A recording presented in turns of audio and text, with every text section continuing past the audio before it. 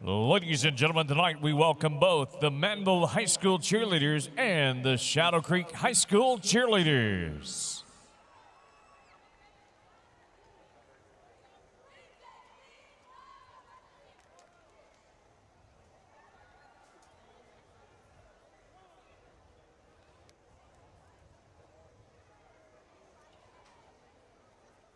And now, ladies and gentlemen, join me in welcoming to the field the Shadow Creek 2025-26 Varsity Cheerleaders.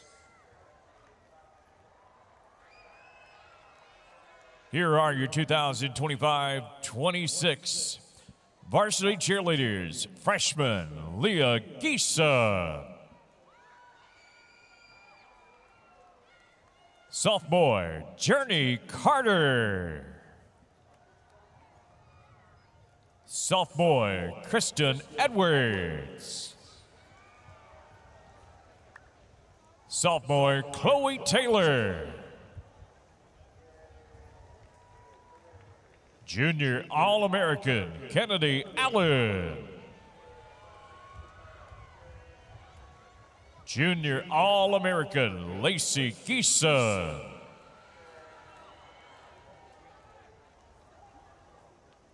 Junior, Madeline Hughes. Junior two-time All-American, Justice Kendrick. Junior, Trinity Rugeli. Senior, four-time All-American, Keegan Cole. Senior, Taylor Kendall. Senior, two-time All-American, Demaya Lewis. Senior All-American, Ariana McAllister. Senior All-American, Elena Noel. Senior two-time All-American, Layla Singleton. Senior, Jocelyn Smith.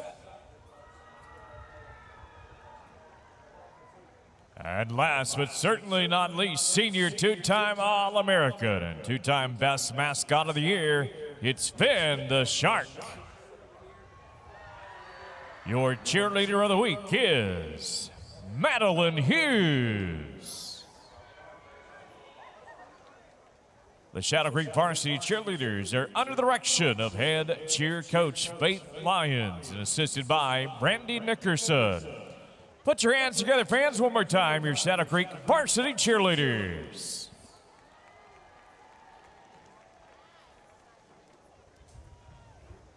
Good evening, ladies and gentlemen. Tonight we introduce our award-winning Manville Maverick Varsity Cheerleaders under the direction of Stephanie Jones and Angel Davis. The Maverick Cheerleaders attended NCAA Cheer Camp this summer, where they received numerous accolades, including achieving 3 superior ratings for the cheer, chant, and dance. They also received the Herky Team Award and the NCAA Spirit Award, while also earning the Best Team Performance Cheer Trophy in their division. The Manville High School Varsity Cheerleaders would like to thank our many supporters for their generous donations. And now, your 2025-26 Manville Maverick Varsity Cheerleaders. Freshman Riley Mosley. Sophomore NCAA two-time All-American, Ariana Roberts. Sophomore NCAA two-time All-American, Social Officer, Kaylee Renfro. Junior, Chelsea Evans. Junior All-American and Social Media Manager, Raquel James. Junior, Natalia Ramos. Senior, Aiden Amar. Senior Spirit Officer, Ariel Jones. Senior Juliet Simeon. Senior All-America, Kalia Thorne.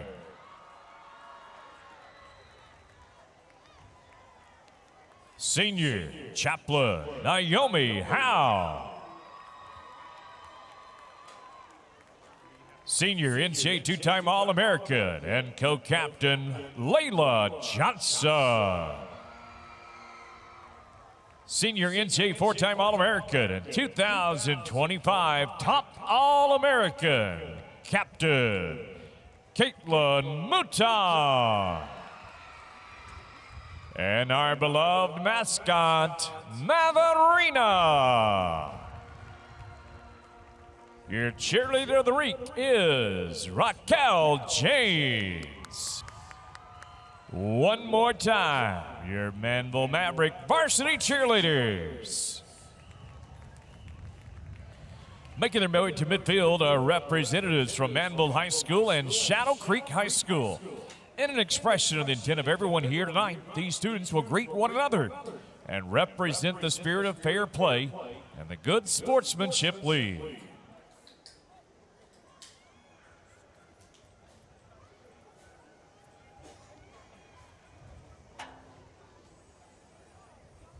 This time we ask you to please rise and join with the Shadow Creek High Marching Band for the playing of the Shadow Creek School Song.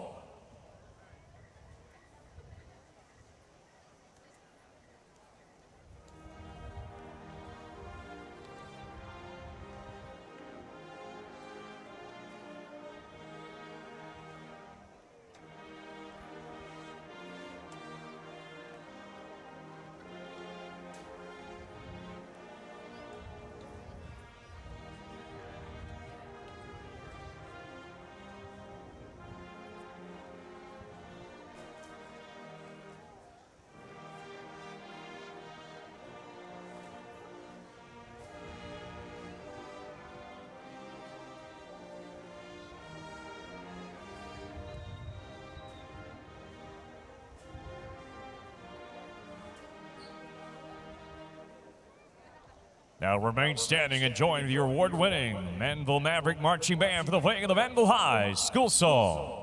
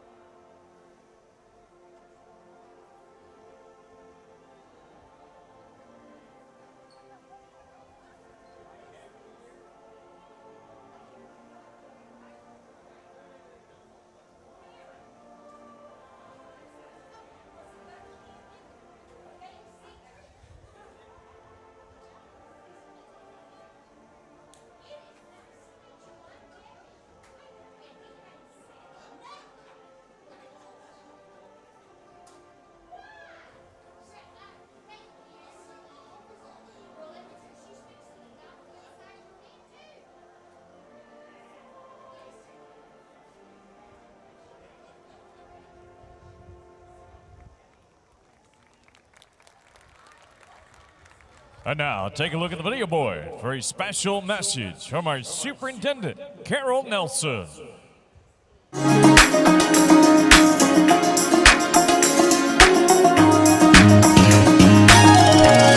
Hello, I'm Carol Nelson, proud Superintendent of Alvin ISD.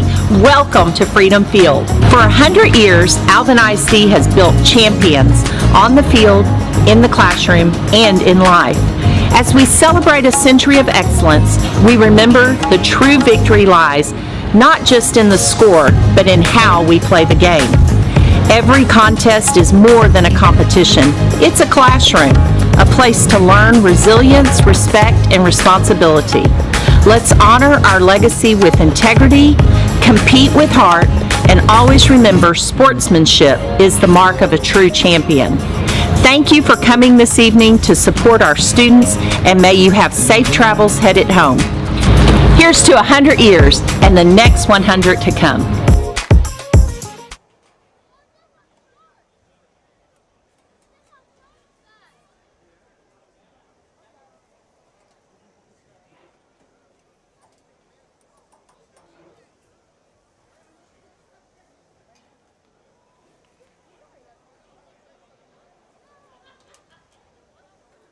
Good evening, ladies and gentlemen. Welcome to Freedom Field for tonight's Conference 6A Region 3 District 22 matchup between the Shadow Creek Sharks and your Manville Mavericks.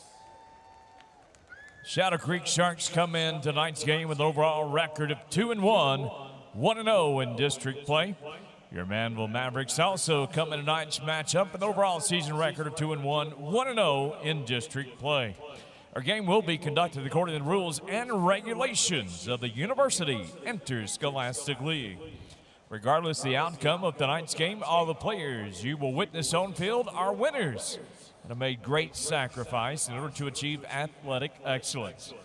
Please, through your conduct here tonight, show your pride in these communities and schools. Cheer these young athletes, applaud them, but do not through any of your actions cause them to doubt the value of athletics. Also, show your appreciation for all the students who will be taking part indirectly in tonight's game, including our cheerleaders, the bands, the drill teams, and the students who support their teams at home and away. These young people play an integral part in their team's success. Officials for tonight's game were mutually agreed upon by representatives from each school. Without their refined skill and understanding of the game of football, tonight's contest would not be possible. On behalf of all of us here at Alvin Independent School District, we hope you enjoy tonight's game.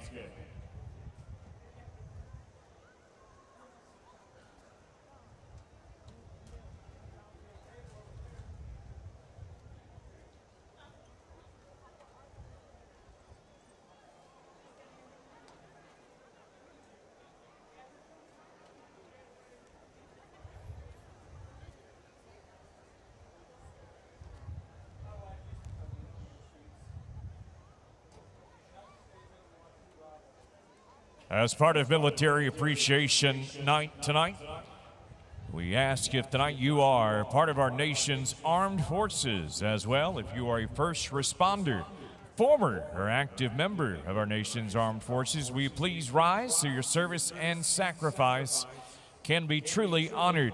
This time, football fans, please join me in a round of applause to our gratitude and appreciation for all these servant leaders who give so much to our communities.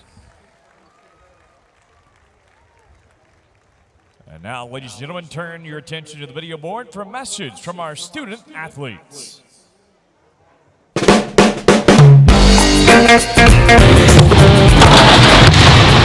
Mom. Hola, Papa. What's good, Mad friends? Okay. Hey, Mom and Dad. Hey, Mom. Hey, Dad. Hey, sis. Hey, Mom. Hey, Dad. Hey, my fans. Okay. Okay. Hey, Dad. Hey, Dad. I've got something to say. Thank you for being here. Having you at the stand means the world to me, but I need to ask you something. This is important. I made a commitment to play the Texas way. I play with respect for others. I will not let my opponent become my enemy. I will not cheat or cut corners. I made a commitment to play the Texas way. That means I play with the control of self. I will slow my anger down and act based on my standards. I made a commitment to play the Texas way. I made a commitment to play the Texas way. That means I play with a spirit of competition. I will prepare myself inside and out. I will bounce back when I get knocked down. I will compete with a passion to be my absolute best. So my question for you is this. Will you commit to support me the Texas way? That means having my back. It means cheering loudly, but it doesn't mean putting other people down. It doesn't mean yelling at the ref. It doesn't mean letting your passion become a distraction. You say it. Coach says it too. It's about more than just me. It's about representing the name on the front of the jersey and the name on the back. It's not just about the scoreboard. It's about using sports to become the best that I can become. And remember, always have fun. I couldn't do it without you, and I wouldn't want to. I've made a commitment to the Texas way. Question is, will you make it with me? I've made a commitment to play the Texas way. Will you make it with me? I made a commitment to the Texas way. Will you make it with me? I've made a commitment to the Texas way. Will you make it with me?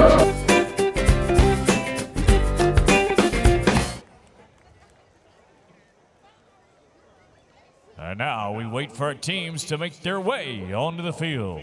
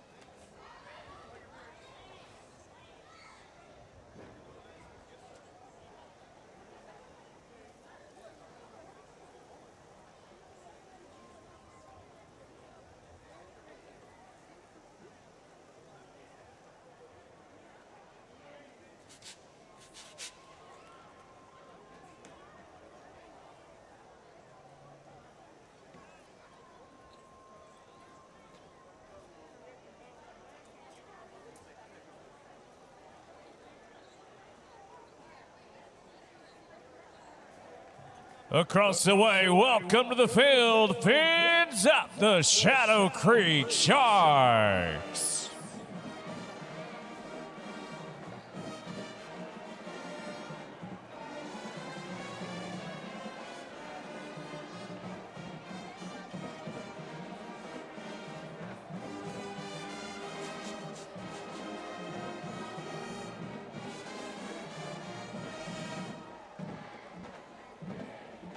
Manville Maverick fans, stand up and make some noise.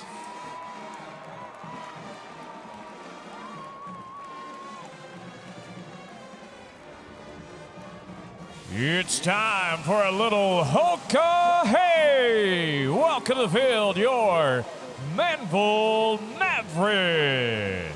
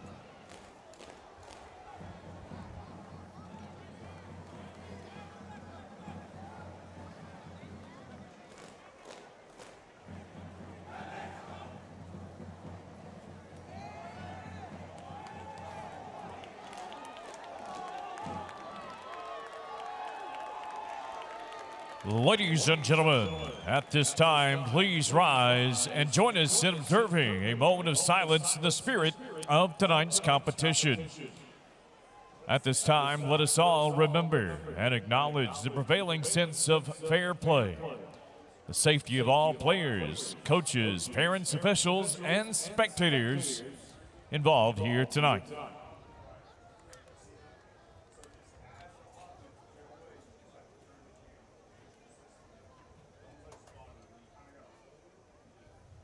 Thank you. Now, please remain standing as our nation's colors are presented in the north end zone by the Alvin ISD Marine Corps Junior Reserve Officer Training Corps. And our national anthem performed tonight by the Manville High School Choir.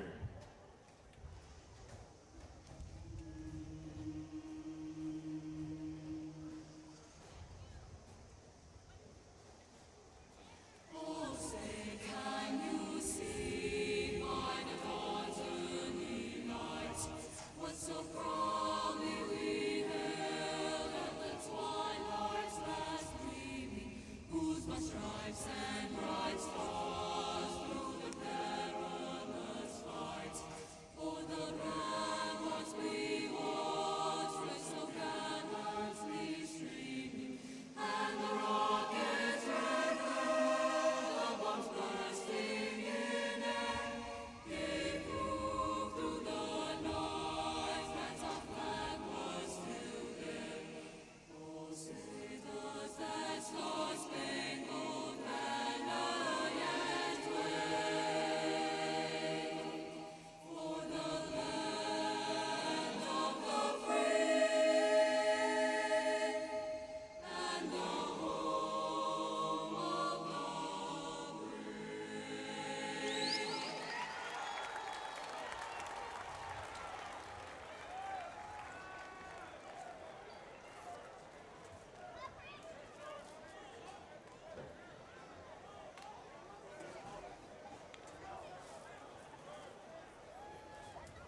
Hello, everyone, and welcome into Freedom Field for tonight's matchup between two schools that are very familiar with one another.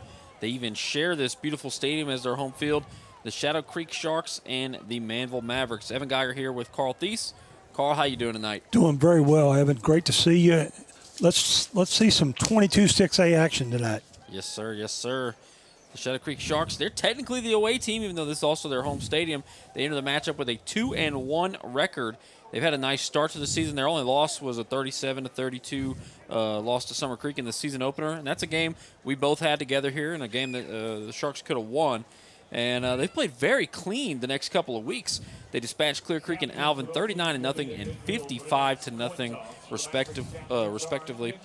Now, junior quarterback Tavis Coleman, he's averaging 220 yards and 4 touchdowns per game.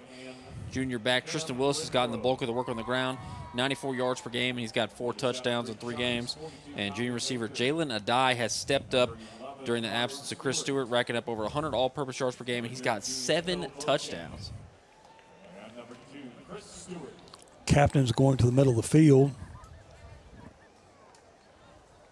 For Manville, they're the official home team tonight. They are 2-1. They walloped Pasadena Memorial 67-7 last week. You were there for that one. And the Mavericks' loss was a 5-point loss to Barbers Hill 2 weeks ago. We had that one here on the Alvin Sports Network. Pretty good game. Manville just fell short. Senior quarterback Cam Renfro has done it through the air and the ground. He's got over 700 total yards and 7 total touchdowns in 3 games. And you can expect a very evenly distributed backfield. It's Kenneth Malone-Hayes, Zayden Brown, and Eric Mosley III that you're going to see consistently rotate in there. Jaden Kendrick, Carter St. Junius, and Dante Mays are all names to watch at the receiver position for Manville.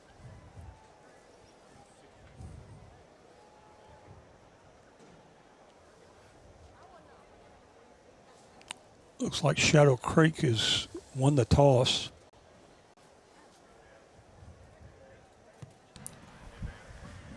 Shadow Creek has won the toss and elected to defer.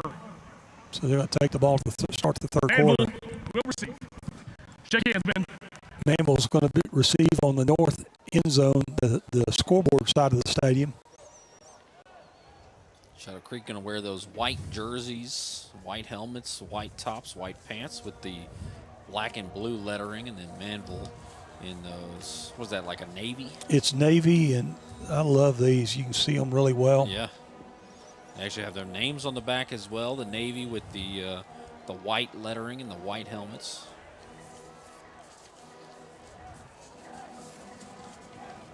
Navy and black run together for me as a colorblind person, but pretty sure that's Navy. So we'll see the opening kickoff. Both these teams won their first 22-6A game last week. Both of them are trying to go 2-0 in district play. Pearland won last night, so they're leading the district as we speak. Both teams 2-1 on the season, and both teams have lost their only, got their only loss by 5 points. Obviously with Manville losing to Barbers Hill and Shadow Creek losing to Summer Creek. Saints to kick off. Kick is going to be fielded at the 9-yard line and bobbled and picked up at the 11, and nowhere to go, immediately drugged down. Great job by Shadow Creek to really close the gap. See the enthusiasm there from Jossier Pace. After the muff returns it only 2 yards to the 11. Mavericks are going to start from their own 11-yard line. No wind. It's still high 80s. Well, the wind has picked up a little bit. Still a slight wind. Manville will start with Cam Renfro, obviously, at quarterback. Eric Mosley, Kenneth Hayes, and Zayden Brown are your backs. So you'll see rotate. They'll use some of them in at the same time. The offensive line from left to right, Drake Jones at left tackle, Noah Cantu at left guard, Thomas Johnson at center, Jalen Chase at right guard, and there are 2 fouls on the play. Camacho at right tackle. Personal foul, receiving team number 9. Personal foul, kicking team number 86. Those penalties will offset. First down, Manville. And Sharks on defense in the box, Nathan Harris, Scott Warner, Abert, the linebackers, Bell, Baker, and Moorhead. So the quarterback, Cam Renfro, and the kicker, Samuel Delgado, both got penalties there on the opening kickoff. Very interesting. Renfro in the shotgun will turn and look. Renfro had a great game last week in Pasadena.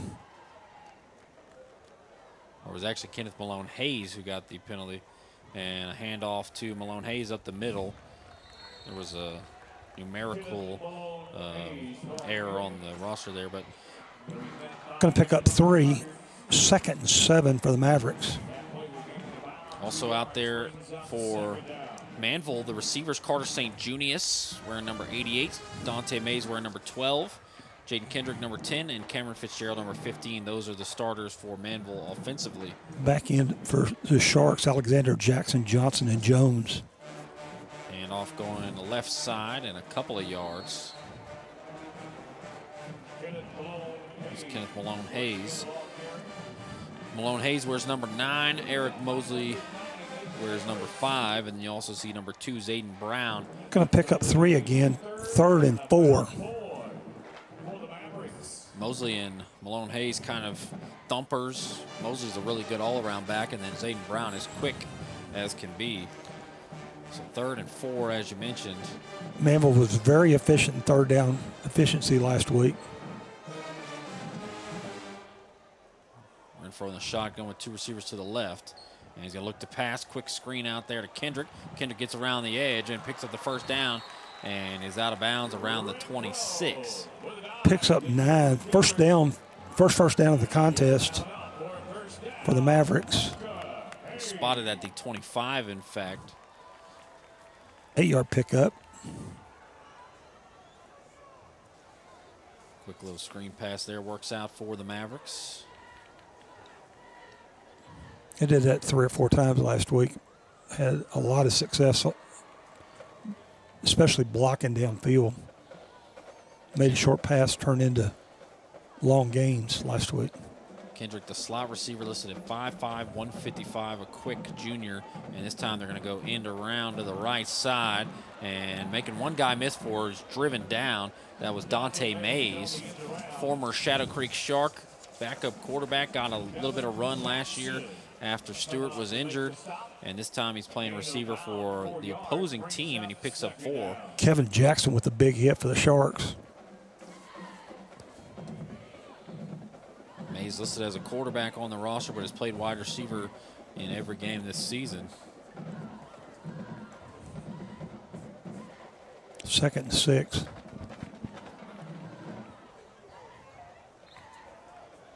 Hand off going left side, and they'll blow it dead. Flag is down.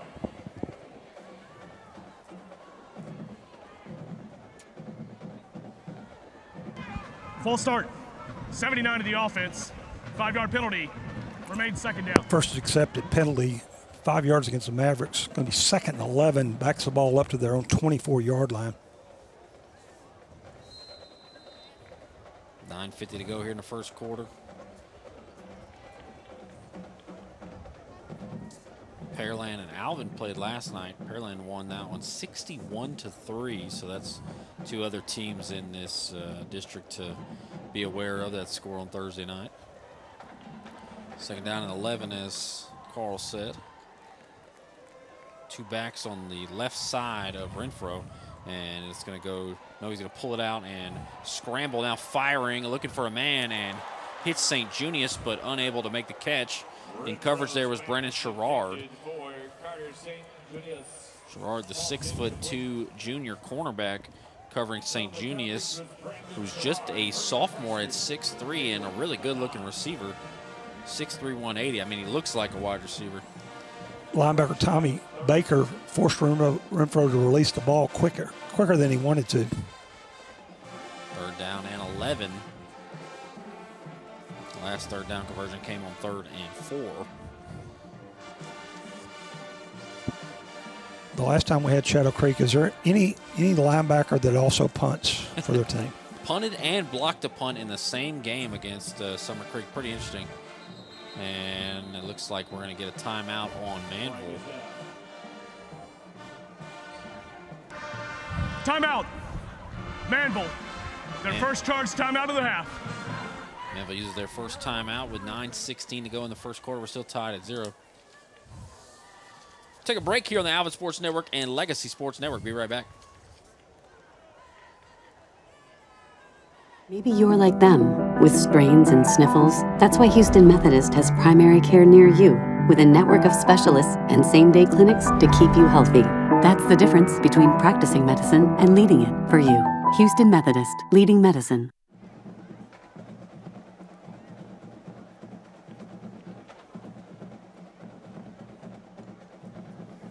Welcome back into Freedom Field. 9:16 to go in the first quarter. Still tied at 0. Manville with the first possession of the ball game.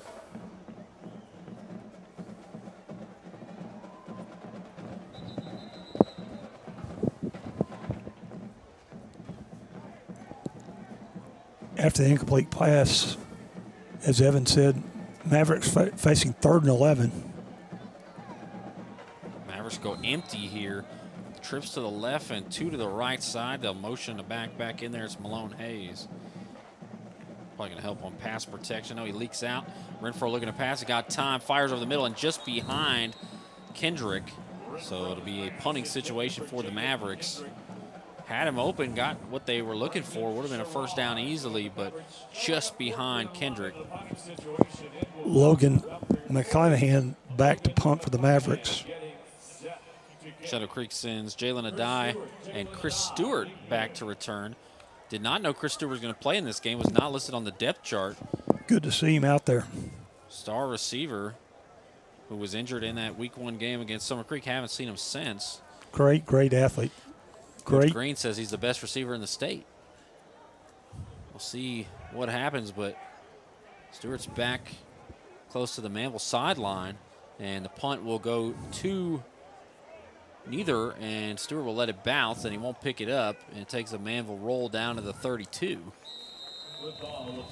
44-yard punt rolls dead, as Evan said, at the 32-yard line. 8:57 left in the first quarter, still no score. See how much they use Chris Stewart. Did not have him on the depth chart we received, and he's going to be out there for the first play on offense, so maybe he's a full go. And if he is healthy and plays this entire game, that is going to be great for Shadow Creek. They've done a great job without him, but when you have a talent like that, it's somebody you want in there. And Tavis Coleman is in the shotgun with Willis on his left hip.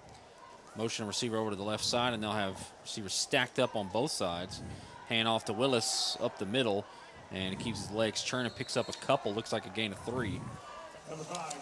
Up front for the Sharks, Lee, Buford, Gay, Oliver, and West up front, offensive linemen for the Sharks. Starting receivers, Aiden Starling, Bryce Coleman, Eno Beauchamp, and Jalen Adai, as well as Chris Stewart in there. Willis, of course, the running back, and Coleman, the quarterback. Picks up 3, 2nd and 7. Hand off to Willis, who fakes left and goes right, picks up a couple more. Starting defense for Manville, they're going to have Amir Bowers at nose tackle, Nicholas Kemp at defensive tackle, Brayson Robinson at D end, Kevin Tatum at the opposing D end, and then the linebackers, Chris Collins, the nickel, Sam Weary, the Mike, and Keenan Johnson, the Will.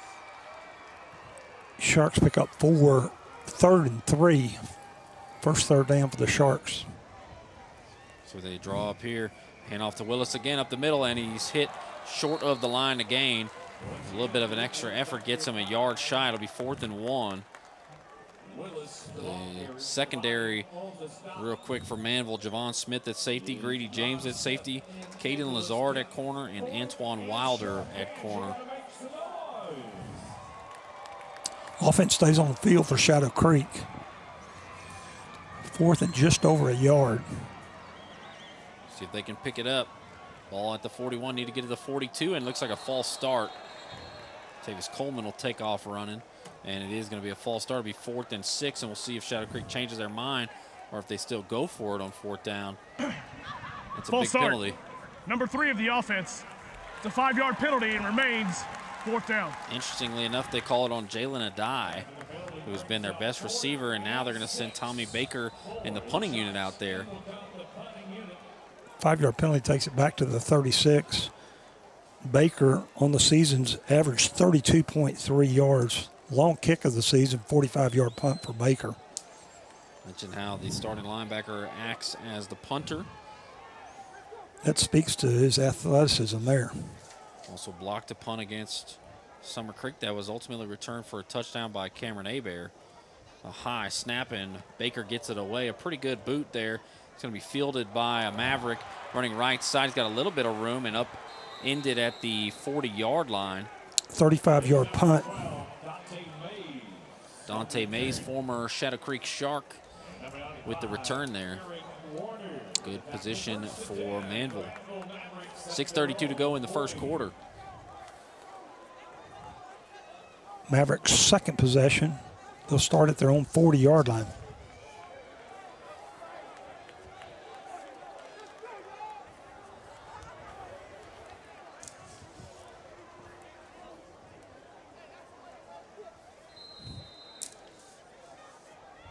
First down and 10. Little screen pass out there to Carter St. Junius. St. Junius up to about the 49. About an 8 or 9 yard gain there. Going to set up second short. Picks up 9. Baker making the tackle there. Carter St. Junius, only a sophomore, and you just can't say enough how impressive he's looked this season. And his physicals, the frame, he looks like a receiver. And he's got great hands. It made 2 great catches last week against Memorial. Second one. Any growing in him, he's going to be he's going to be a monster. He's going to be a monster is what he's going to be. Looking to pass is Renfro, pressure in his face. He fires a deep ball, looking for a man, and the catch is made through contact. How about the grab there from Dante Mays, the Sharks quarterback last year, the Mavericks receiver this year, and a massive gain. Going to go all the way up to the 11-yard line, 40-yard gain. It is 1st and 10 at the 11. The accuracy from Renfro and the ability for Mace to fight through the contact as he had a little jersey tug there from Kendon Jones. Still made the catch. What a play. Got to feel good for Dante Mays. Second first down for the Mavericks. 1st and 10, just outside the 10-yard line. They can get a first down. Looks like Manville might use a timeout. Timeout. Manville. Already. Second timeout of the half. 5:01 to go in the first quarter. Manville's already used their second timeout. Still 0-0 here on the Alvin Sports Network and Legacy Sports Network. We'll be right back.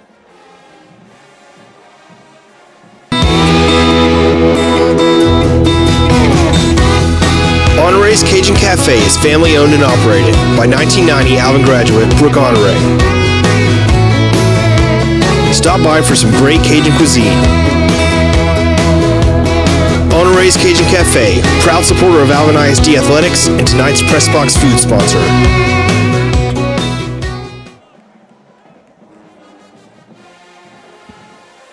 Ball at the 11-yard line. Manville back out on the field after the timeout. Renfro will have a running back on each hip in the shotgun, a tighter formation. And a handoff up the middle. Looks like Malone Hayes. Might have been Mosley. It was Malone Hayes indeed. Picks up a couple. Looks like a gain of 2. 2nd and 8. Renfro already 3 of 5 passing for 57. That big pass to Mays covers 40 yards. Same formation. Again, tight, just the one receiver, Carter St. Junius. One-on-one with Sherrard down in the bottom of your screen. They hand off to Mosley going left side, and Mosley is tripped up there by Kendon Jones. Kendon Jones did a great job not letting him hit that edge. Jones seals it. Mosley, the former Iowa Colony Pioneer last year. Picks up 2 yards, 3rd and 6 for the Mavericks. A couple of big transfers from within Alvin ISD on this Manville team. Talked about Mosley, we talked about Mays.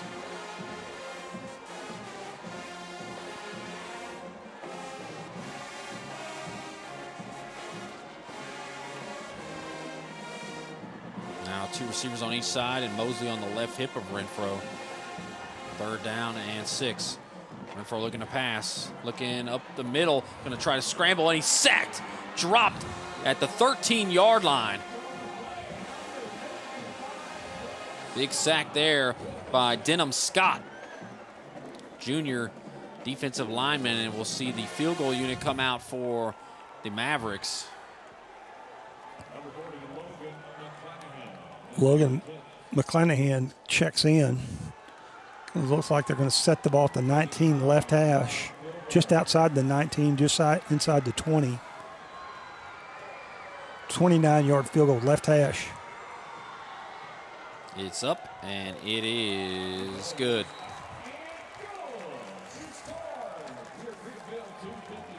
Three to nothing, Manville has the early lead here in the first quarter.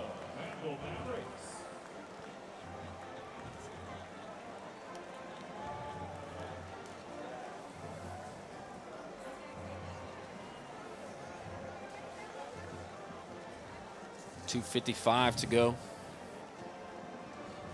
Tonight's team and individual stats are provided by theathleticsdepartment.com. They're a full-service provider of stats for high school and college teams. Coaches and athletic directors can contact them for more information. Theathleticsdepartment.com are now signing up basketball, softball, and baseball teams for this school year. After taking the ball in the punt, Mavericks are going to go 48 yards in 5 plays. Logan McClanahan kicks his second field goal of the season. This one from 29 yards. The Mavericks lead 3-0. 2:55 left in the first quarter.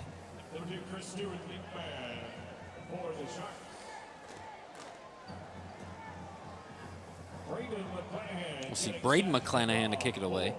It was Logan McClanahan, the sophomore kicker, handling the field goal, but the senior, older McClanahan will do the kickoff duties. Once again, back to return is going to be Chris Stewart and Jalen Adai. And Chris Stewart is a weapon. So is Jalen Adai. They both got some return touchdowns this season.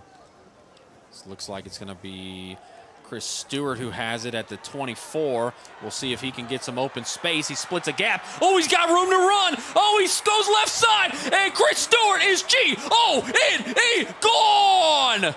The UT commit puts Shadow Creek on top. Stewart's back. He didn't look hurt on that one. What a return for Chris Stewart. That is definitely what Shadow Creek has needed. What a special player. The UT commit, Coach Green says, is one of the best receivers in the state. And not only is he one of the best receivers in the state, he's one of the best, if not the best, return man in the state. Him and Jaden Warren both are a threat every time you kick it to him. We'll see Nick Signs to kick the extra point here. Kick is up, and it is good. 7-3 Shadow Creek with a 75-yard kickoff return touchdown by Chris Stewart. Just showing the athleticism, just faster than everybody else. And the Sharks lead by 4.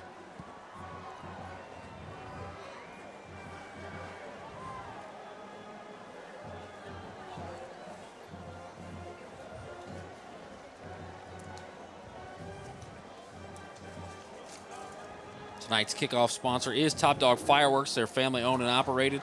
Top Dog Fireworks has 14 locations in the greater Houston area. Go to topdogfireworks.com to find a location that's near you. Top Dog Fireworks supports the community and wishes the local high school athletes best of luck. Make memories and strive for your goals. Top Dog Fireworks, say it with a boom. Would you kick Chris Stewart again tonight? I would never kick to Chris Stewart for the rest of my life if I was a coach. Do you think SEC teams will kick to him? Somebody will. Somebody will. Is that like playing with poison? It seems like it. Maybe not the best idea to kick to Stewart if they put him back there.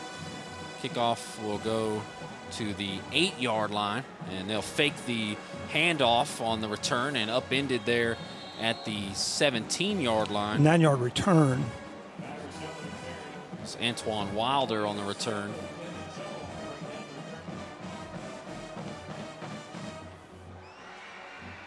2:35 left.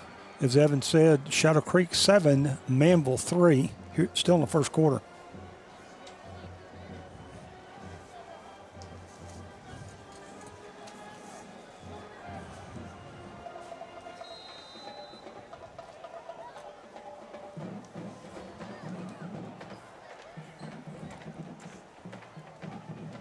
Third possession for Manville.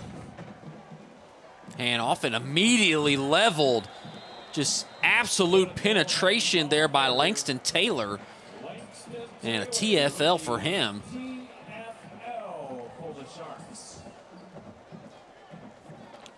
Mosley, nowhere to go. Langston Taylor was untouched. Loses 4 on first down, 2nd and 14. It's Malone Hayes actually with the loss of 4 there. They're using Malone Hayes a little bit more tonight than they have. 2nd down and 14. Looks like Mosley's on the right hip this time. Malone Hayes again, actually, and he throws it to Carter St. Junius, and he's going to be tackled out of bounds by Brandon Sherrard. Going to pick up 7 yards, 3rd and 7 for the Mavericks. St. Junius' second catch. Cam Renfro now 4 of 6 for 64 yards. Mosley listed as a starting H-back. You'll see him a lot of times back there with Renfro, but just behind the line. Still yet to see Zayden Brown in there. Trips to the left, 1 to the right here on this 3rd and 7. Renfro looking to pass.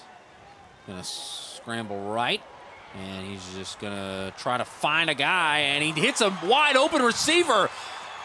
Gets a little bit of blocking and some room to run, but it tackled down at the 22, and that was Cameron Fitzgerald. A couple of Mavericks were in the same spot, and he even got a little assist on the block there, but they both kind of congregated together in a huge gain.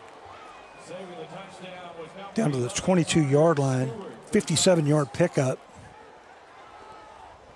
Huge play for Manville.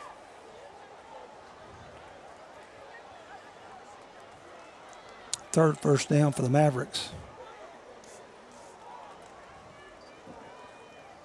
3 first downs, and 2 of them have been over 40-yard passing plays. Clock ticks near a minute left here in the first quarter, and it's going to be a handoff to Mosley. Mosley makes a guy miss and then runs into a shark and backpedals his way up for a couple of yards as it looked like he ran into a wall.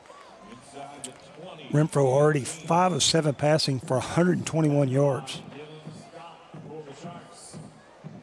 Looked like big 6'2", 255 Isaiah Washington was who Mosley ran into. Picks up 4, 2nd and 6. 2 receivers on each side. They'll motion Mosley out, and he'll just drop it off to Mosley there. He's got 3 Sharks there to drop him, no problem. The third finally gets him, and it's Tommy Baker. Looks like a loss. No, I think he's going to get back to the line of scrimmage. No gain. Yeah, ball's at the 18, so no gain there. Looks like Manville's content to let it go to the quarter break. After 1 quarter at Freedom Field, Shadow Creek leads 7-3 after the 75-yard kickoff return touchdown for Chris Stewart. We'll take a break here on the Allen Sports Network and Legacy Sports Network.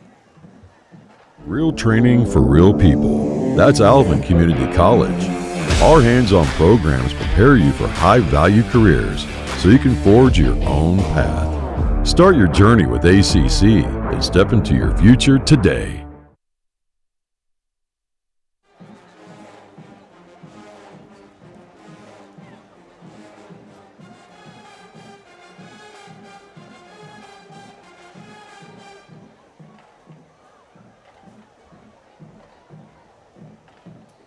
Start of the second quarter here at Freedom Field. Shadow Creek leads 7-3. Manville ran 16 plays the first quarter, and Shadow Creek ran 3 plays.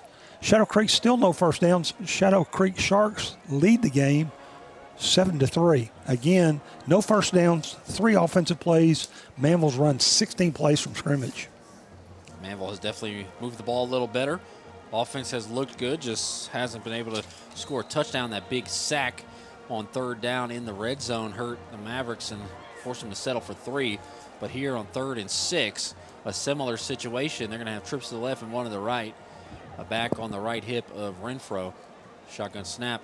And he's going to step up and run. A big hole, and Tommy Baker's the closest guy there, and he drags him down to the 2-yard line. A touchdown-saving tackle for Tommy Baker. But Manville has 1st and goal from the 2-yard line. Renfro saw the C part, and he just took off. Picks up 16 yards all the way down to the 2-yard line. 1st and goal, 4th first down for the Mavericks. Fantastic play and execution for Manville, and a chance to take the lead back here. They didn't like that stat. They heard that stat. If you're Manville, you feel like you got to score a touchdown here. 1st and goal from the 2. And it's going to be a handoff up the middle. And stop short, a little extra effort. And it's a touchdown. Wow. How about Eric Mosley keeping the legs churning and getting the touchdown? 2nd and 3rd effort by Mosley. 2-yard touchdown. Mosley looked great last year for Iowa Colony. This year has been a great part of this Manville Mavericks offense and that trio of backs. A touchdown there. And they're going to line up in an interesting formation here. Now they'll switch it around. Now we'll see the field goal, the extra point attempt. It's McClanahan. Kick is up, and it is good. Manville leads 10-7 over Shadow Creek. The replay here, Mosley stops short at about the 1-yard line, and he's just able to keep his legs churning and kind of duck his way out of there and get across the line. He wanted it more than the Sharks did, and he got himself a touchdown and his team a 3-point lead. The Mavericks are going to go 82 yards in 7 plays. Take 3:13 off the clock. McCann's kick good. Mavericks lead 10-7.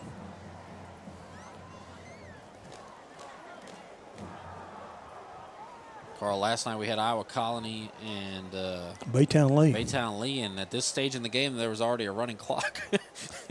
Yeah, you a little were bit different today. you're already home, and I was just starting the 3rd quarter. Oh man. Let's see. Braden McClanahan to kick it away, and I don't think they'll kick it to Chris Stewart. I think we'll kick it up to the cheerleaders, kick it up to somebody in the stands. Oh, man. Just see where Stewart is and kick away from him. Aiden Starling as well as Evan Moorhead are out there. It looks like they'll come in close with Stewart the furthest back.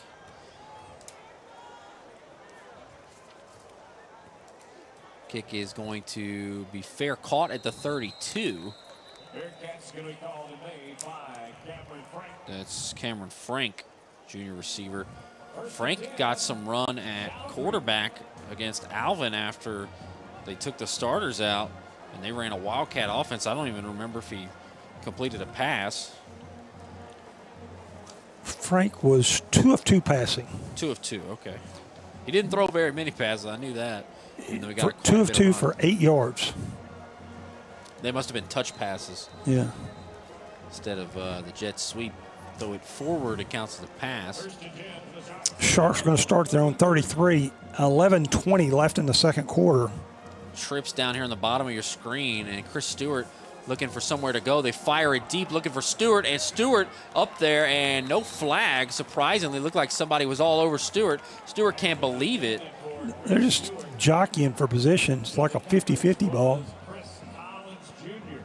Stewart really wanted the call. You saw the play coming there with the trips down there in the bottom of your screen, and they had one DB for Manville right in his face and really nobody else in the vicinity. And now they'll send Stewart down here in the slot, nobody on him. It's going to be a handoff for Willis, and Willis might get a couple. He'll muscle his way up for 3 yards.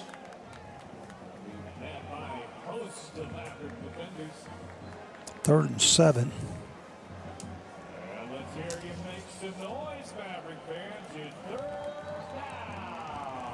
Ball's fouls at the 36-yard line. Need to get up to the 43.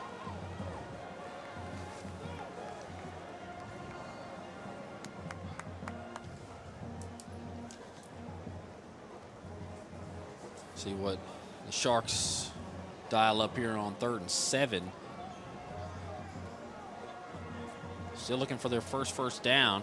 Looking to pass is Coleman. Coleman avoids pressure, stands in the pocket, drops it off to Adai, and Adai is right near the line again. He picks it up. Nice play there. Coleman steps up, and he was very aware where the line of scrimmage was. Could have took off and ran, but he just stayed put and delivered it to Adai, who's been the best receiver with Stewart out in those first 2.5 games. Adai picks up the first down, 9-yard pickup, first down for the Sharks. Sam Weary making the tackle. Weary had 2 deflected passes that turned into interceptions, one that he caught against Barbers Hill in that loss.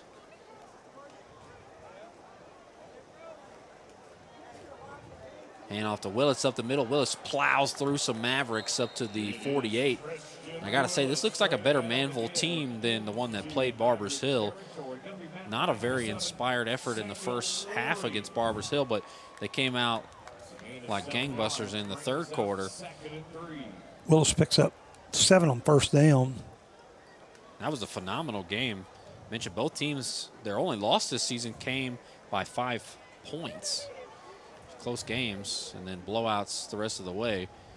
Looking to pass is Coleman, and he hits his man, and he bobbles it and drops it. That was Starling. Had a big gain there and dropped it. Starling was running before he caught the ball. He bobbled it and caught it and bobbled it and caught it and finally dropped it to the ground, and now it's going to be 3rd down and 3. Coleman led him perfectly on that pass. Very nice pass, as you said. Led him in stride. So far this year, Stewart with 2 return touchdowns, but only 2 catches. Obviously missed the entire second half against Summer Creek, plus the 2nd and 3rd games, and already has a touchdown in this game, but still not a catch. We'll see when they can get it to him, as it's a handoff to Willis, and he plows forward right at that line again. Looks like a first down for Shadow Creek.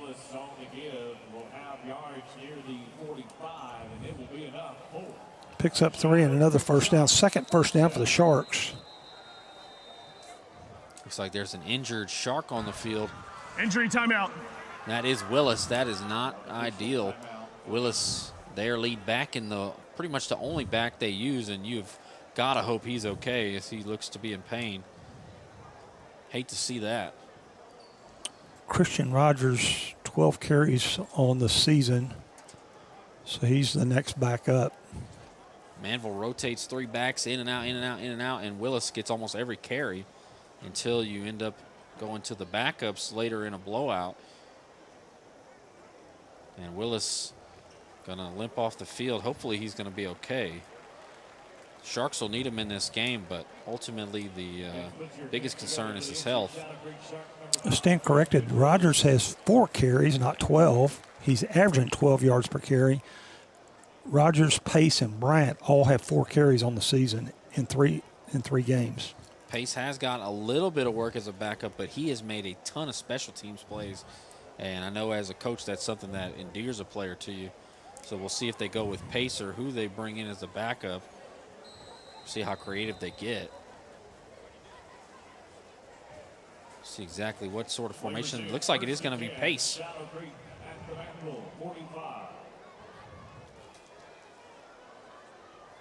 First down and 10 from the 45. Pace made that big tackle on the opening kickoff. Looking to pass here. Pressure coming, and Coleman is going to avoid a sack, avoids another, fires a deep ball looking for Stewart, and he hits him. Stewart makes the catch through contact at the 2 or 3 yard line, and a 42-yard completion to Chris Stewart. Eclipsed his yard totals on the season in that one grab.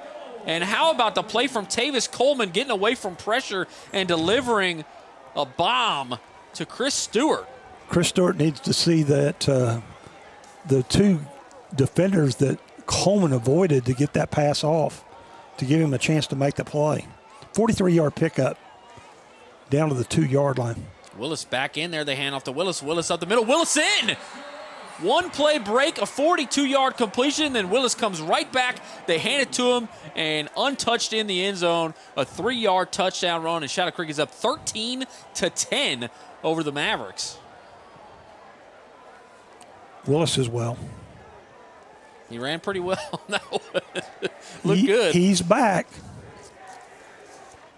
Nick signs to attempt the extra point. Langston Taylor to hold. When Stewart made that catch, he jumped off of the bench and he wanted some of that end zone. Take the adrenaline with him. Trying to make it a 4-point lead.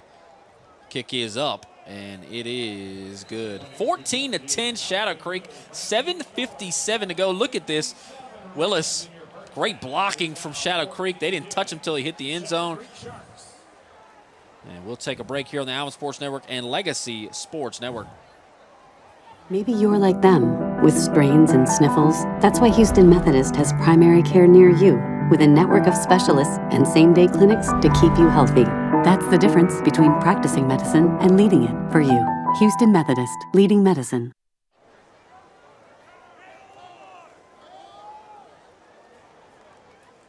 $7:57 to go in the second quarter here at Freedom Field. A couple of teams right down the road from one another. A couple of teams who share this stadium as their home stadium. Manville, the home team tonight, and they trail 14-10. The Sharks are going to go 67 yards, 8 plays, take 3:23 off the clock. Big play, Stewart's 42-yard catch to the 3-yard line. Willis touchdown, 3-yard run. Saints kick good. Shadow Creek 14. And the Manville Mavericks 10. See Samuel Delgado to kick it deep. Wilder and Kendrick back to return. They got their feet around the 12. Delgado boots it. Wilder's going to have to back up, and it's going to bounce and head into the end zone. Touchback. And we'll see Manville start at the 25. We'll see how they respond to a really nice couple of plays for Shadow Creek. Scary to see Willis go down with an injury, limping off the field, and then just a play later comes back on and scores a touchdown and looks fine, back like he never left.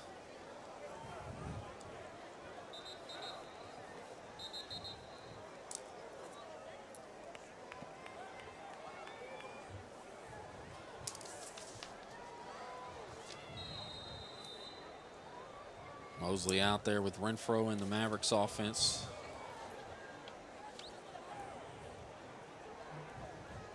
I think at the bottom of the screen, just below the screen, is St. Junius and Sherrard, and that's a really interesting matchup to watch all night as the Mavericks are going to go empty. We'll see if they motion Mosley back in. Play clock down to 5. And Renfro looking to pass, fires over the middle, has a man wide open, it hits a man, and Mays was the intended receiver, but the ball was disrupted. Knocked out of there by Kevin Jackson. Or is that Kendon Jones? I think it was Kevin Jackson. Yeah, Kevin Jackson, the safety, disrupting that one. That 1 and that 7 look a lot alike.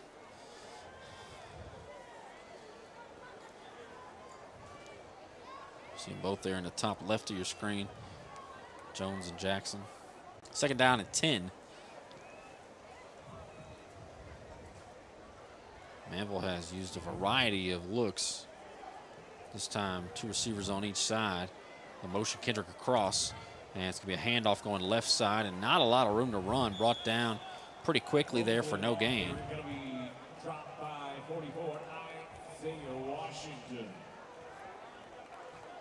Isaiah Washington with the tackle. 2 plays, 0 yards, and 3rd and 10 upcoming here for Manville.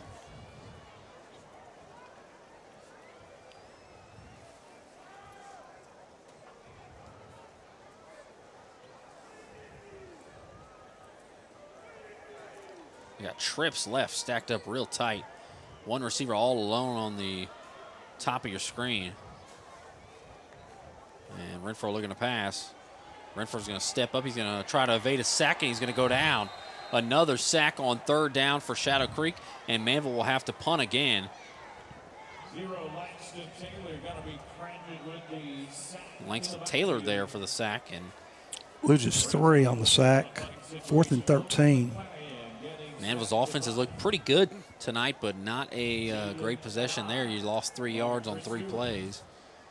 And we'll see Stewart and Adai back to return, and we'll see what they do.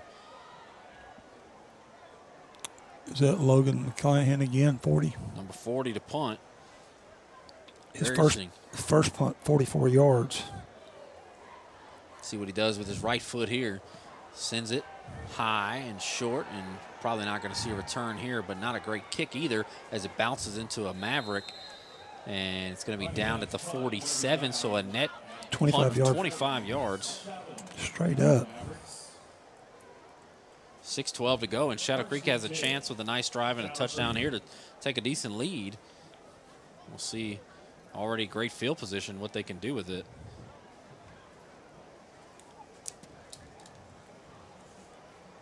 No, they might want to ease him back a little bit, but Stewart has been missing in action over the first 2.5 or the first 3 games, last 2.5 games, and we saw the flashes of brilliance already from him. Keep feeding him, in my opinion. Let's see what he can do, because he's a problem. 1st and 10 from the 47. Manville 47. Hand off to Willis, who explodes up the middle. Gain of 6.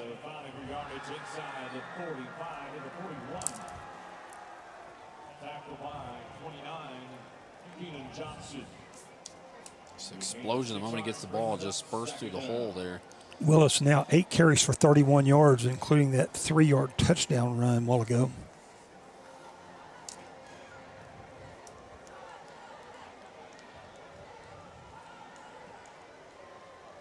Shadow Creek taking their time. Not a big rush here. Good field position.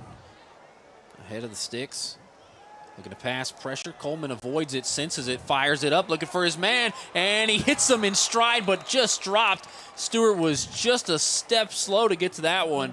Probably the first time anyone's ever said that about Chris Stewart. Just couldn't get to that one. Incomplete. Coleman led him like all coaches want him. The ball wasn't going to be intercepted. It was either going to be incomplete or it was going to be a touchdown. So close, and Stewart will take a breather on this 3rd and 4. See what they do here if they want to go to Adai, who's been a huge weapon with Stewart out. We've also got good contributions from Aiden Starling, Eno Beauchamp. It's going to be a run left side to Willis. Willis across the 40 and up to the 38. It looks like it'll be 4th and 1, and surely 4-down territory here for the Sharks. Picks up 3. As Evan said, 4th and 1. Clock rolling under 5 minutes here. We'll see if they go to Willis. Just need 1 yard, and this would be a lot of momentum for Manville if they could stop them. And it's going to be a handoff to Willis up the middle, and he bounces left, and he's going to get across. Second effort. Great run by Willis through contact to pick up the 1st down.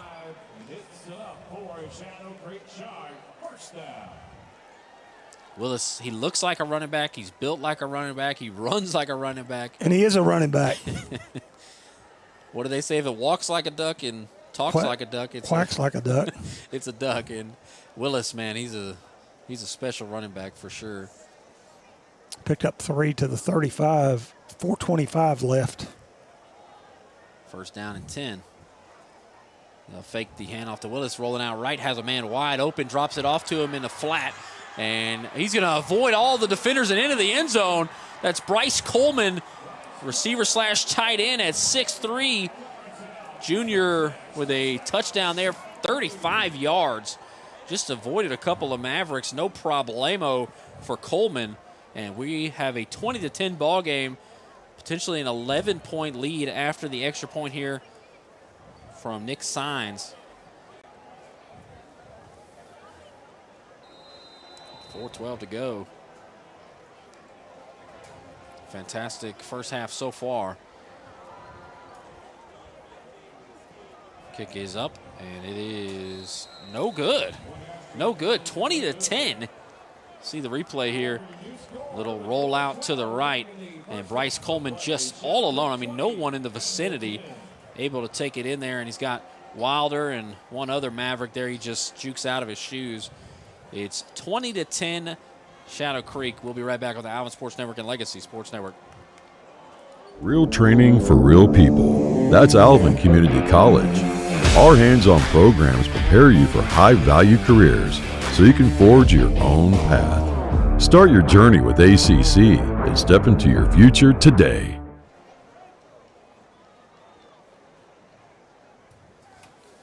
Welcome back into Freedom Field. 4:12 to go in the second quarter. Shadow Creek leads 20-10 after missing the extra point. The Sharks are going to go 47 yards in 5 plays after the punt. Bryce Coleman, 35-yard pass from Coleman. Coleman to Coleman, kick failed. Summer Creek now 20-10, 4:12 to the half.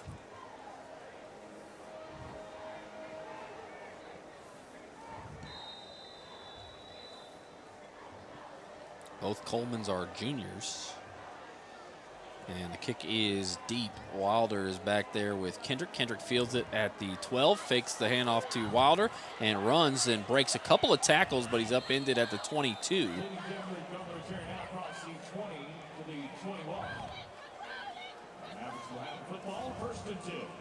Great crowd tonight. Pretty packed stands. Both sides.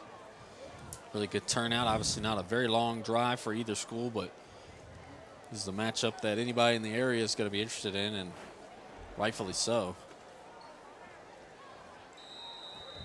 And the winner will be co-leaders with Pearland as we enter district play, the third week of play next week. Handoff up the middle. Looks like it was Mosley. Nope, it was Malone Hayes. Gain of a couple.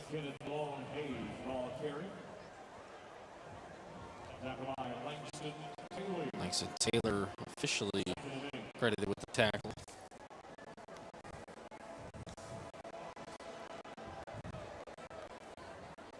Mavericks need to answer down by 10, 3 minutes to the half. Going to pass is Renfro. Renfro fires a deep ball looking for St. Junius. St. Junius just narrowly misses a fantastic catch as Sherrard with good coverage. St. Junius would have had to make a heck of a play and just couldn't grab it as it slipped right through the hands. Like a little delayed getting his hands up, and Sherrard with some textbook coverage there. Renfro now 6 of 10 passing, 121 yards. 3rd and 8 from the 23, and Manvel did so good on their first couple of drives, but then kind of behind the sticks here. Their last couple of drives. Renfro hands off up the middle and near the first down marker with some extra effort and pushing from his blockers, but he's going to be short. And a flag comes out late. We'll see what that's about here in just a moment. Flag is down.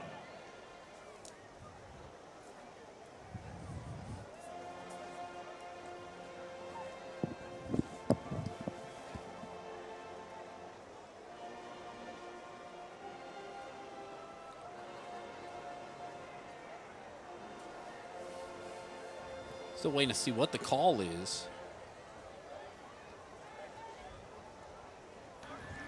Dead ball.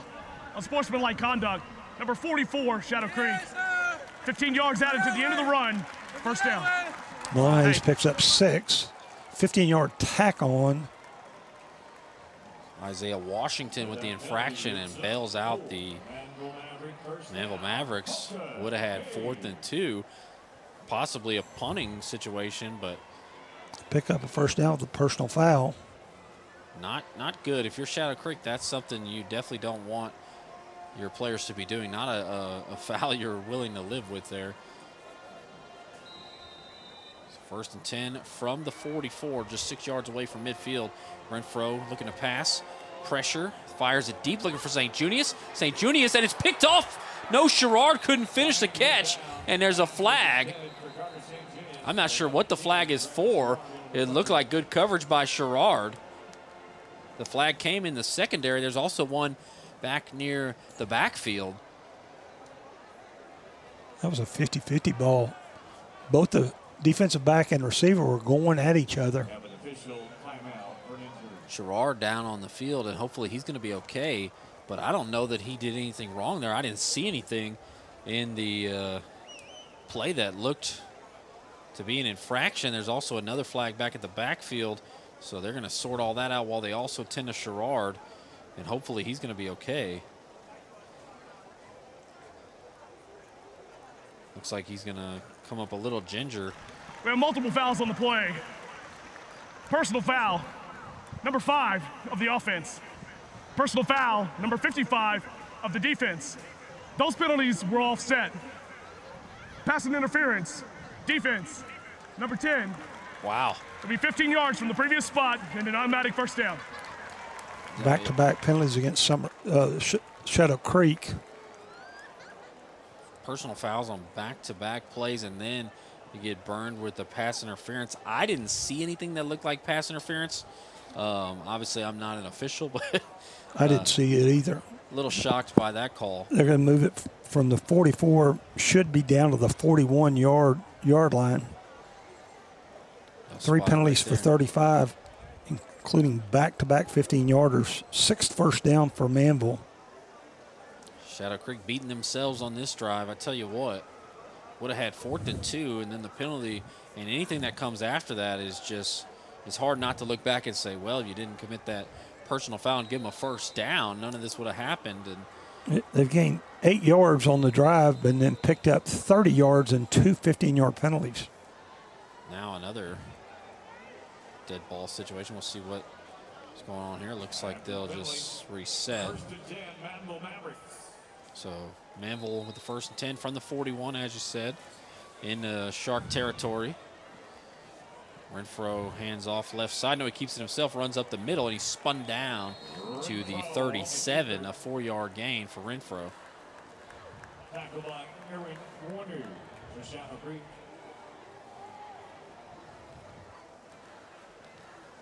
Very good fake handoff to Mosley there. A lot of ways they can play it. Still yet to see Zayden Brown. Very surprised. He's a talented player. A lot of speed.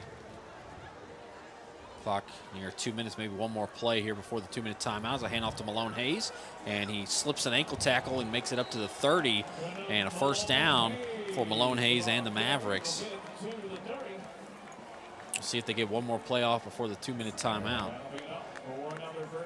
Picks up 7. 7th first down for the Mavericks. Somebody had him in an ankle tackle, and he's able to just slip out of there. A couple of seconds to snap it again. And they will not. Didn't get it off. 2-minute timeout. This is the 2-minute timeout. Looked like Manville Clock operator, please place 2 minutes on the clock. Manville was upset that they didn't get the play off, but it's 20-10 Shadow Creek on the Alvin Sports Network and Legacy Sports Network. Maybe you're like them, with strains and sniffles. That's why Houston Methodist has primary care near you, with a network of specialists and same-day clinics to keep you healthy. That's the difference between practicing medicine and leading it for you. Houston Methodist, leading medicine.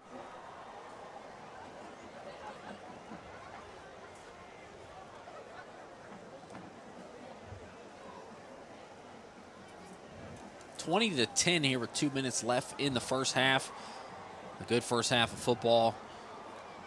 Shadow Creek has scored the most points out of the two teams, obviously, but has hurt themselves on this drive with a couple of 15-yard penalties. You said 30 yards of it's back-to-back 15-yard penalties.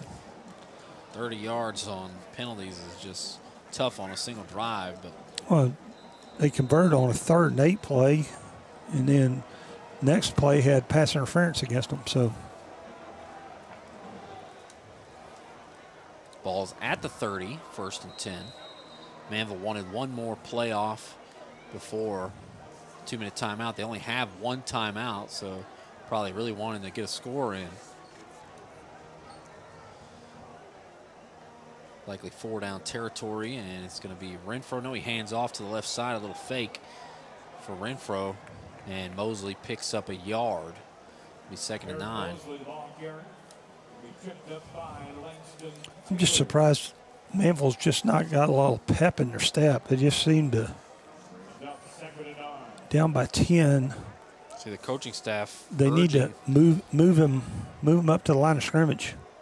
Coaching staff was urging them, come on, get back to the line. Lost 15 seconds. Renfro looking to pass, fires it high for Mosley. Mosley breaks the tackle. Mosley down the right sideline. Mosley spins, still on his feet. Mosley down to the 9, and Mosley is a special player. Mosley threw him in a spin cycle on that one. Man. Mosley with a really nice play. Picks up 19. They'll say he stepped out. They'll say he stepped out at the 19. So a 10-yard pickup. Either way, 8th first down. Clock stops at 1:15 when he went out of bounds. They'll do a jet touch pass to the left side, and he runs into a wall. That's Mays, and he picks up a yard.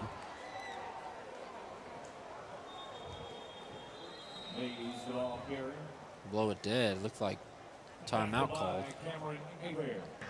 Timeout. Manvel. This is their final timeout of the half. Manville calls a timeout with 1 minute and 3 seconds left. They don't have any left to stop the clock if they need to. It's going to be 2nd down and 9 from the 18-yard line.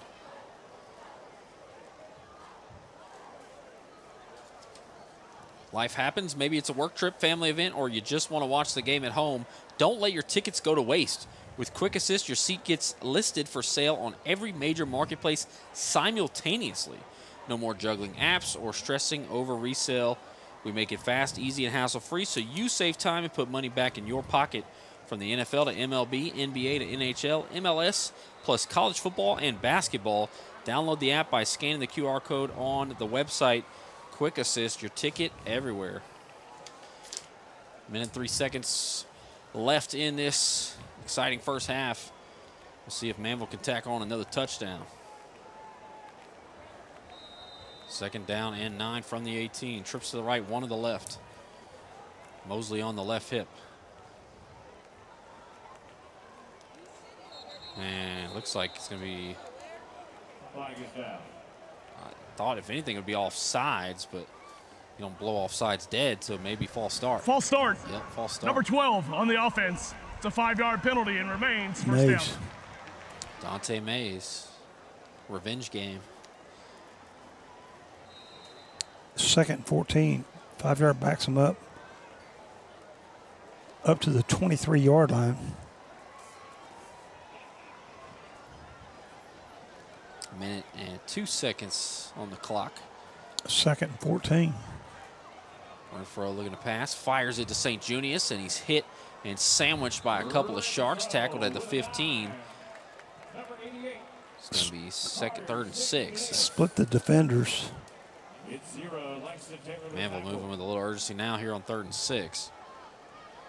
Need to get to the 9-yard line for a first down. Pressure coming, free rusher, Renfro. Oh, he's able to get out of that. Oh, man, what is he doing? And he throws it away. How did he get out of that? A free rusher was all over him. That was crazy. He's a magician. He disappeared. He had him by the jersey and everything, and usually when they grab you by the jersey, you're not going to get away. Somehow Renfro got out of that, and it looks like they'll attempt a field goal. A heck of an effort to save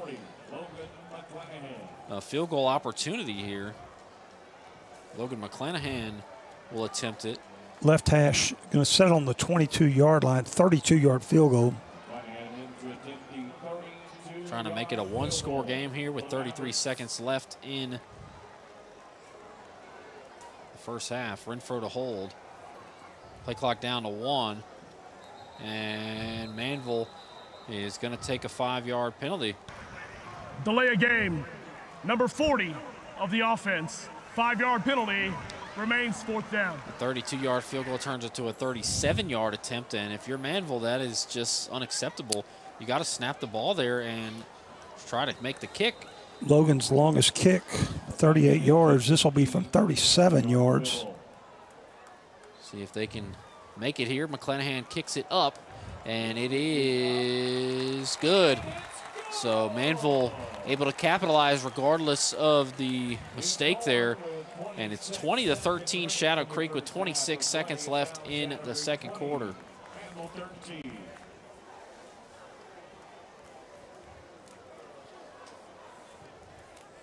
Get connected with the Legacy Sports Network by checking out our social media pages.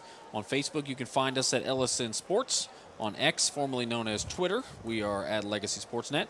And on Instagram, we are Legacy Sports Network.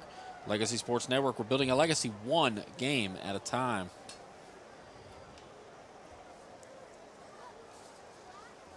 Three points on the board on the 37-yard field goal from McClanahan.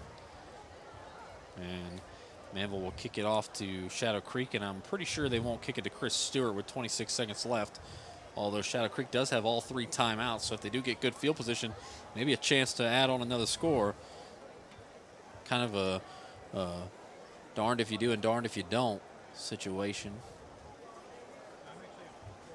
Manville's going to go 59 yards and 10 play, take 3:38 off the clock. Logan McClanahan, 37-yard field goal, second of the game. Probably would have hit from 40. Braden McClanahan to kick it off, and it kicks it high and short, and it's fair caught there at the 43. They have 26 seconds and 3 timeouts. I mean, not entirely unlikely they could get into the scoring position. You pick up 10 yards, 10 yards, 10 yards, and call a timeout after each play. You've got something to work with. You step out of bounds, maybe save a timeout. I don't know. I mean, we'll see how aggressive Shadow Creek is, but I would imagine they're going to try to add on to this lead here with such good field position. That's, like I said, darned if you do, darned if you don't. Kick it deep, and Chris Stewart runs it back. I totally agree with you. I don't like them kicking to Stewart because he's already shown what a weapon he is. Clock at 26 seconds. 2 receivers on each side. Coleman looking to pass, pressure in his face immediately. They fire a screen out there and picks up a couple. Looks like a gain of maybe 8. We'll see if they call timeout. Looks like they will. It's 17 seconds left. Ball's right at midfield. First timeout used by Shadow Creek in this first half. That was a down the catch for 7 yards, Evan said. Timeout. Shadow Creek. Their second timeout of the half.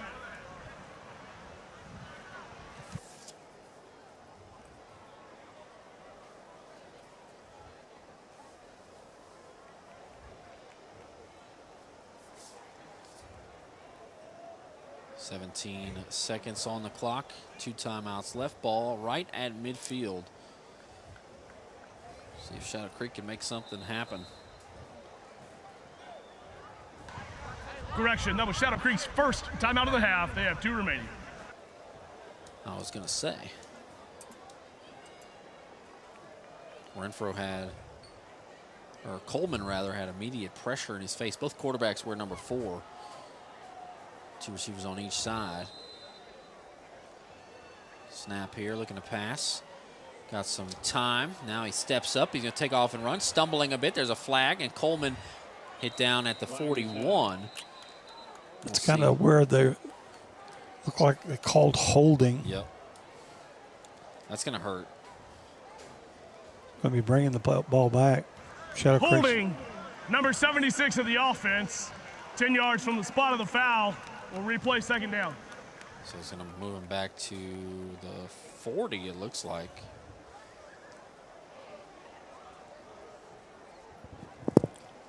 That's a spot foul, so it'll be 10 yards from where it looks like the 49 is where he's going to pick it up.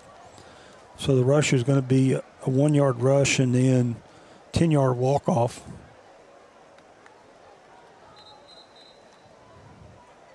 Looks like the clock hits 0, but I think Shadow Creek is maybe a little confused. I think they thought there should at least be some time on the clock for them to, I don't know. We'll see what, what they make of all this. There's 2 minutes. That penalty carried a 10-second runoff. That is the end of the half. Oh, wow. So after all that, no attempt here. That is quite unfortunate for Shadow Creek. They will not even get a chance to throw a Hail Mary or anything like that. They will only lead by 7 points heading into halftime, 20-13 Shadow Creek. And now the officials will call the players back onto the field. Oh, man, what a mess. Oh, I don't think the officials are talking about where they're going to have a post-game meal at. Some of the players were already in the locker room. Some of the players are already on their second Gatorade. I saw 4 or 5 guys run out of the locker room after they started calling them back. Imagine you were the first one in. You didn't even realize they were calling you back out if there's there. a 10-second runoff there, the half ended. I am extremely confused. Before the 10-second runoff, Shadow Creek called a timeout. Please place the game clock to 9 seconds. Oh, brother. So the snap went at 17 seconds. So for a 1-yard run, it took him 8 seconds to go 1 yard. Apparently. So they're going to get one play, 9 seconds left. They're going to mark the ball at their own 40-yard line after a 10-yard penalty. Summer Creek's 4th penalty for 45. You do have another timeout, so if you want to try to get a quick completion and call a timeout, you could Second try for maybe 13. a Hail Mary and a false start. Unbelievable. They've still got first down, but it should be 2nd and 13. After the False start, 75 offense. 5-yard penalty, still 2nd down. 2 seconds run off the clock. If it's illegal procedure, nothing went off the clock. They got the game clock at 7 seconds. But Clock operator, please place 9 seconds on the clock. 9 seconds. That's what we were thinking. Just making sure. So, yeah. I'm still confused about that 8 second 1-yard run. Looking to pass here is Coleman. Coleman fires it deep, and a triple coverage and picked. After all that, Manville with an interception. He's going to slip away. He's got some blockers, and he's just sandwiched from behind from a die. A big pick, and the half is over. It's Javon Smith with the pick, and then Jalen Adai came up and absolutely clobbered him. But Manville will head to the locker room with a little momentum, down just 7 points with the wild ending to the first half. It's 20-13. And y'all have made Mr. Carl's stat sheet a mess. It was already a mess, and it really went crazy in that last 30 seconds. 20-13, the score at halftime. We're going to have 28 minutes on the clock. The bands are going to do their thing, and we will be back right before the start of the third quarter. We'll have a little bit of stats and a first half recap. Until then, enjoy the bands and their performances.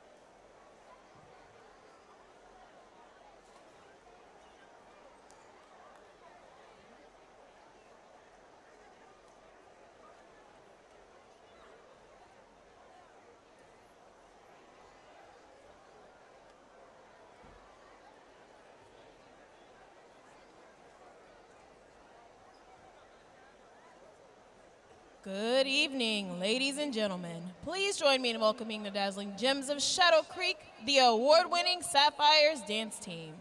The Sapphires dance officers are Colonel Kensington Hua, Lieutenant Colonel Madeline Ma, First Lieutenant Aaliyah Cole, and Senior Lieutenant Kristen Hawks.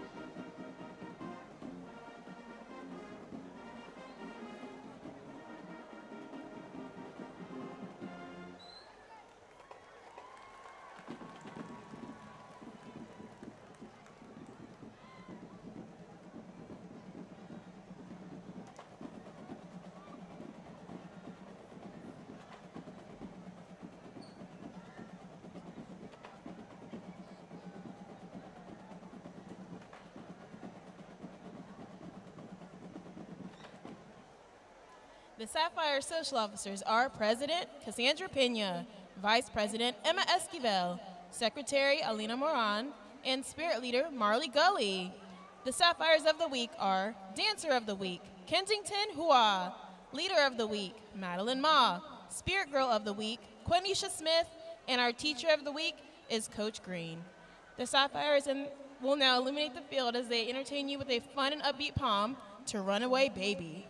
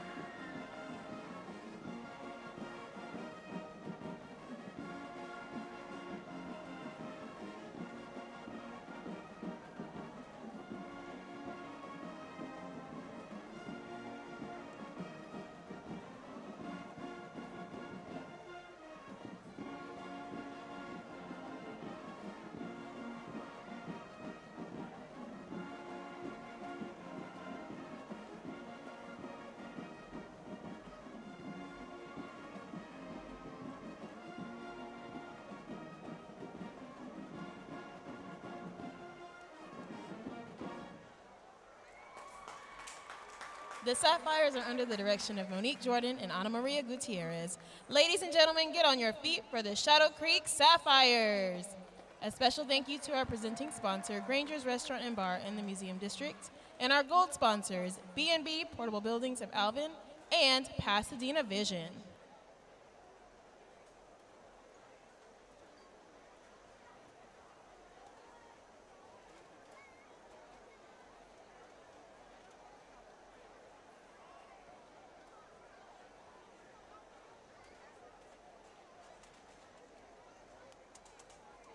And now, Alvin ISD is proud to present the Shadow Creek High School Marching Band.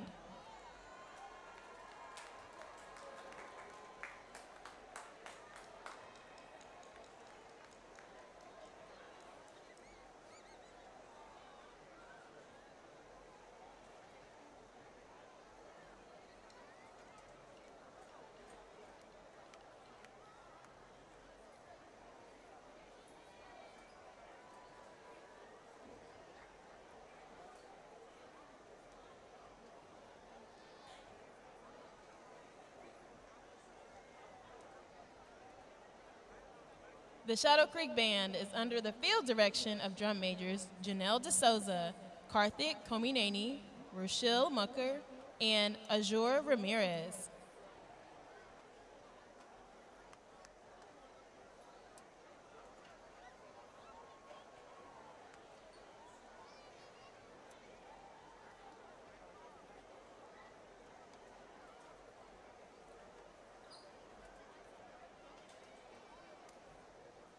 This evening, the Shadow Creek Band will be performing part 3 and 4 of their 2025 UIL program, The Red Balloon, featuring the music of Hans Zimmer, Richard Saucedo, David Gillingham, and Sarah Bareilles.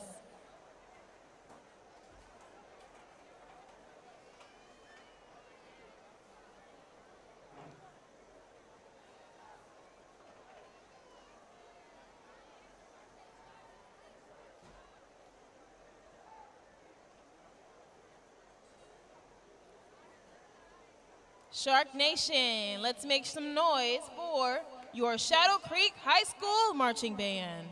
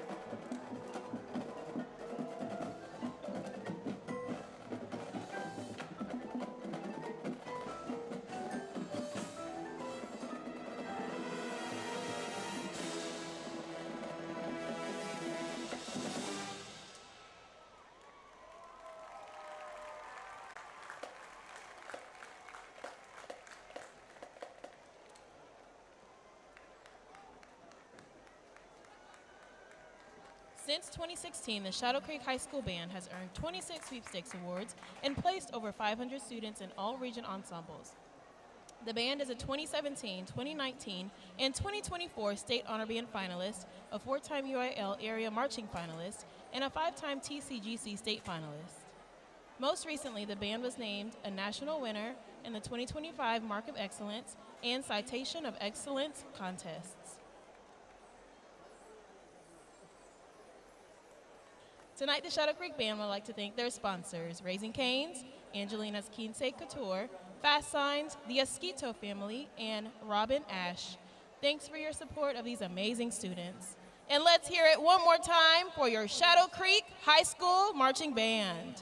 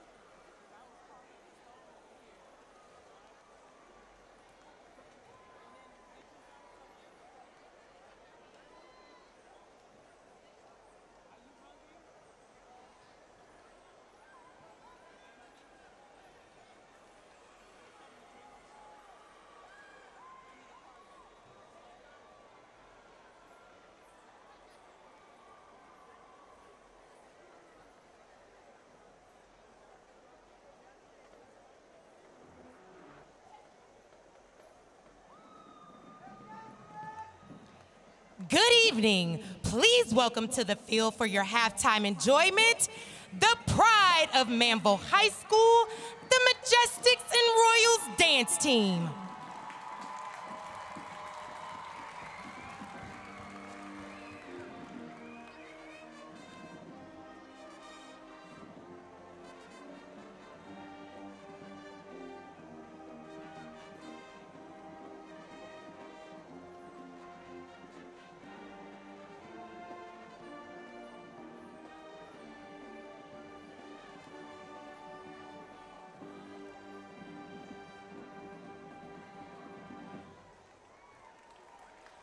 Dance team directors are Elaine White and Blair Jacobisi.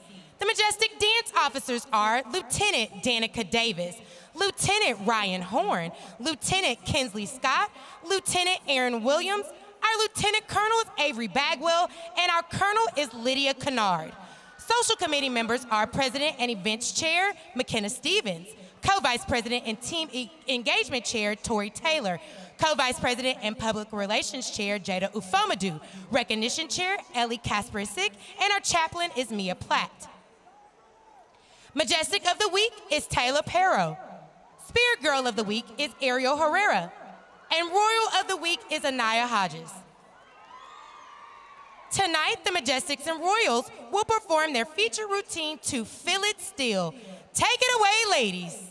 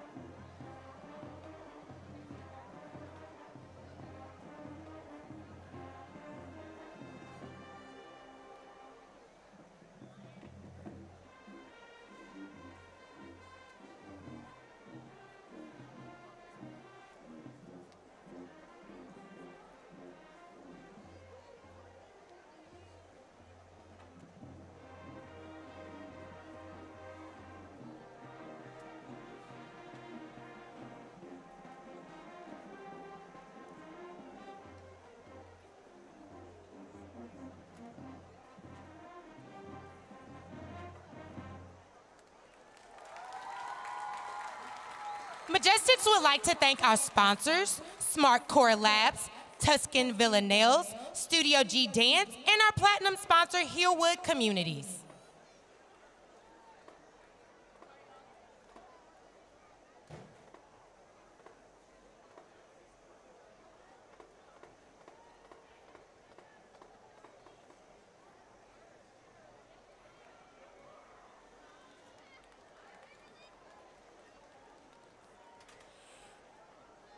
Now please welcome to the field for your halftime entertainment, the mighty Maverick Marching Band.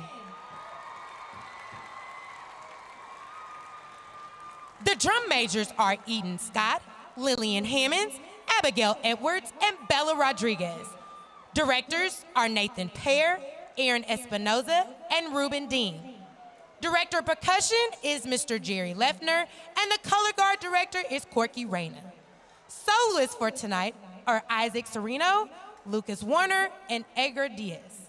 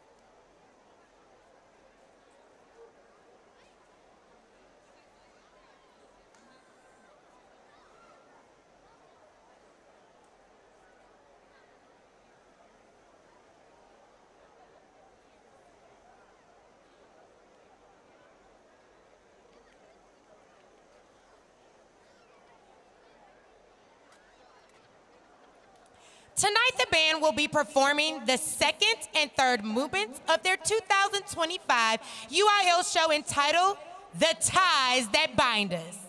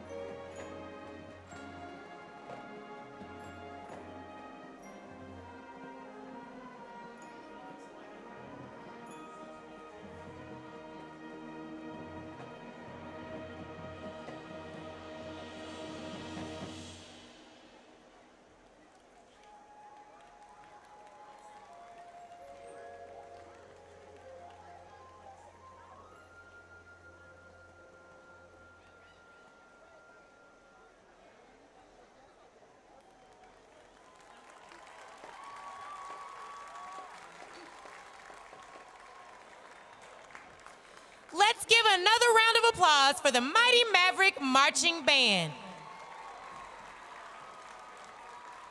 and Hoka Maverick.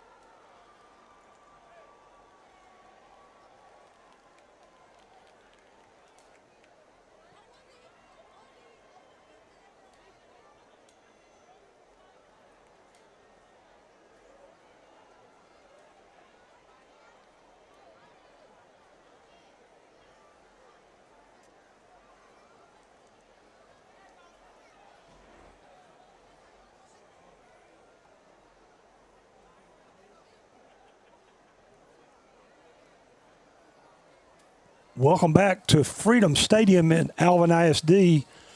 Our contest, a highly contested 22-6A matchup. Halftime score, Shadow Creek 20, Manville 13. A recap on the scoring, Manville scores first. We have 3 lead changes. Manville scores first on a field goal. Logan McClanahan, his first field goal, to 27 yards. Chris Stewart immediately returns the kickoff 75. Summer Creek takes a 7-3 first quarter lead. Summer Creek scores twice to take the lead back. Tristan Willis, 3-yard run. Bryce Coleman, 35-yard pass from Coleman. The second touchdown, the kick failed. Shadow Creek leads 20-10, 4:12 left, and then Manville drives the ball 59 yards, 10 plays. And with 26 seconds, Logan McClanahan, second field goal, 37-yard field goal to come to 20-13 or score at halftime. Statistics, Manville, 182 yards total offense on 31 plays. Renfro, their quarterback, 8 of 13 passing, 139 yards passing. Let's see, rushers, Malone Hayes leads their rushers, 7 carries, 19 yards. For Shadow Creek, 18 offensive plays, 130 yards. Tristan Willis, 10 rushes for 37 yards. Coleman passing, 4-8 of passing for 93 yards. Bryce Coleman had the 35-yard touchdown. Carter Stewart set up one of the touchdowns with a 42-yard catch, and our halftime score 20-13. Got a few scores from around the area, and I think the one to start off with that really surprises me, Carl. Fort Bend Travis 28, Fort Bend Hightower 27 at the half. That does surprise me. Cannot imagine Fort Bend Travis beating Fort Bend Hightower, a very top-heavy district. Yeah, Ridge Point and Hightower have dominated that district for 3 or 4 years. And then Marshall and Crawford are lower, not 6A teams. Run through a few other scores. Thursday night scores in the area. Pearland defeated Alvin 61-3 last night at Alvin. Katy beat Katy Cinco Ranch 56-28. Iowa Colony, we had that game here on the Alvin Sports Network. They beat the Baytown Lee Ganders 57-0. Had running clock with 9 minutes left in the second quarter, the earliest I've ever seen in my 5 years of covering high school football in the Houston area. Klein beat Klein Forest 44-20. Fort Bend Austin beat Fort Bend Dulles 33-30. Waltrip beat Springwood 70-6. Alief Hastings beat Bel Air 47-14. Richmond Randall played Fort Bend Marshall, the third best team in their district, and beat them 51-6. Statement game. I didn't see what Lanny Callis Williams got. I knew he's the star running back. I'm sure it was a big performance. Conroe Grand Oaks beat Cleveland 58-0. And then the Houston Sterling Raiders defeated Galena Park 34-31. That was your game. That was it, my game. track meet first half, 28-28 first half, and then both teams pitch a shutout in the second half. So we go to overtime, and Galena Park kicks a field goal first overtime, and Houston Sterling answers back with a touchdown. They walk it off, win 34-31. 28-28 at halftime, 28-28 in overtime. That's correct. That's crazy. Had no punts first half, and it was a punt-a-thon in the second half of that ball game. A few other scores real quick before they kick it off. Santa Fe beat Rosenberg-Lamar, consolidated 32-21. Fort Bend Crawford is beating Hampshire Fournette 27-14. They're right down the road. Katy Paytow is trailing Katy Tompkins at the half 24-21. Clear Springs up 36-7 over Clear Brook. And we mentioned that Travis 1-point lead over Hightower. Very interesting. There was one other interesting score in here. Dawson is beating Pasadena Memorial 41-0. That's the other score I wanted to get to. So we are ready for the third quarter. Manville will kick it off to Shadow Creek. Chris Stewart will be back to return. Braden McClanahan will kick for the Mavericks. They're going to be kicking from the south end zone, kick into the north end zone scoreboard side. From right to left on your screen, and it's a high, short kick to the 21, and it's going to take a Manville bounce. Chris Stewart's going to pick it up at the 12. Chris Stewart is going to have a nice spin move, and he keeps his footing up to the 30, or the 27 rather, but a flag flies in. That took a very good Manville roll.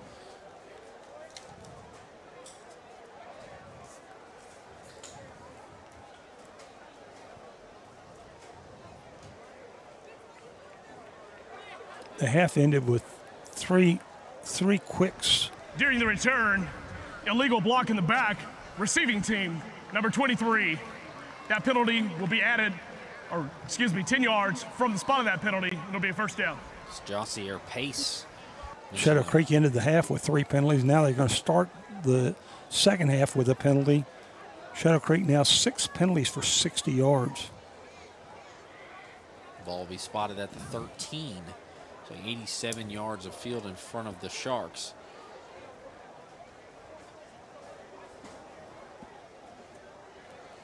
Coleman and Willis in the backfield. Stewart on the top of your screen. Adai at the bottom. And it's going to be a passing play looking for Adai. Has him, and he drops it. The throw was behind Adai, who was working on Wilder. Had him open.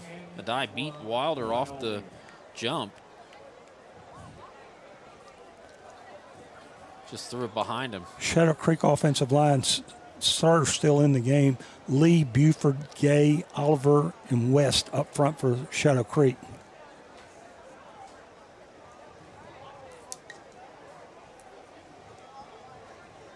Second down at 10 here. Great to see Willis still in the ball game after he had that brief injury in the first half. They'll motion Willis out, so Coleman looking to pass. Fires it to Stewart. Stewart going to be stood up and brought down at the 19-yard line. A gain of 6, it'll be 3rd and 4. Defensively for Manville, Robinson, Kemp, Bowers, Tatum, linebackers, Collins, Weary, and Johnson in for the Mavericks. Weary is a big name to watch. Number 7, see him on your screen right there. He is a talented player, and he can disrupt, make some real big highlight plays. Trips to the right, one to the left on 3rd and 4. Coleman drops it off to Willis. Willis has some blockers. Willis with a head of steam. Willis charges up to the 38 before he's brought down.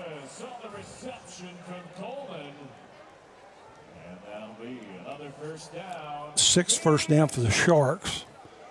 Moves the ball up to the 38-yard line, 19-yard pickup. 1st and 10. It's going to be a handoff to Willis. No, he pulls it out. He's going to throw it. He's going to take off and run right side. Not going to throw it. A flag comes out as Coleman runs into the official. And he was right near the line of scrimmage when he went out of bounds, but the flag will, I'm sure, will be a hold of some sort. Holding, number 53 of the offense. 10 yards from the spot of the foul. Remains first down. 1st down and 20 from the 28 instead of the 38. Sharks just making it tough on themselves. Sharks now 7 penalties for 70 yards. Manville only 3 penalties for 15.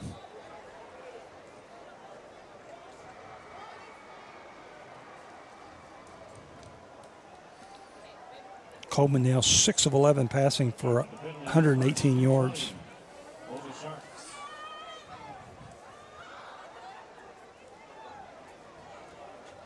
Motion Stewart behind Coleman. Looking to pass. He just drops it off to Willis and nowhere to go. Willis avoids a couple of tacklers. He's still up, and he's going to lose a ton of yardage. I don't know how he stayed up there, but he loses 7 yards. It'll be 2nd and 27. He broke 3 tackles to lose 4 more yards. It's not often that a guy breaks a tackle and it's a bad thing for his team. It looked like the screen was set up well. He had 3 blockers in front of him. Loses back to the 22-yard line, loses 6. 2nd and 26.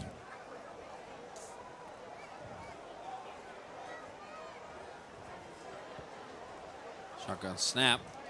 Coleman looking to pass, firing it deep, has a man in stride and just overthrows Stewart. Man, almost had a home run there. 3 Mavericks to try to cover him. He still got away from him, had a chance at it, just barely overthrown. And it's 3rd and 27. And I don't know, that's... Got those 2 penalties, now 3rd and 27. What do you do in that playbook? How deep do you have to go for a 3rd and 27 play? The play they just ran almost worked. Going to dial that up again? Adai had a ball over the middle that he could have caught for a big gain, but the throw was just behind him. If Coleman's throws were on the money. Shadow Creek wants to First time out of the half. They want to look in the playbook. Man, 9:45 to go here in the 3rd quarter. We'll take a break on the Alvin Sports Network and Legacy Sports Network. You've got a lot to manage. Houston Methodist has a lot to offer. Convenient primary care, personalized orthopedics, and the latest cancer treatments in one manageable system. That's the difference between practicing medicine and leading it. For you, Houston Methodist, leading medicine.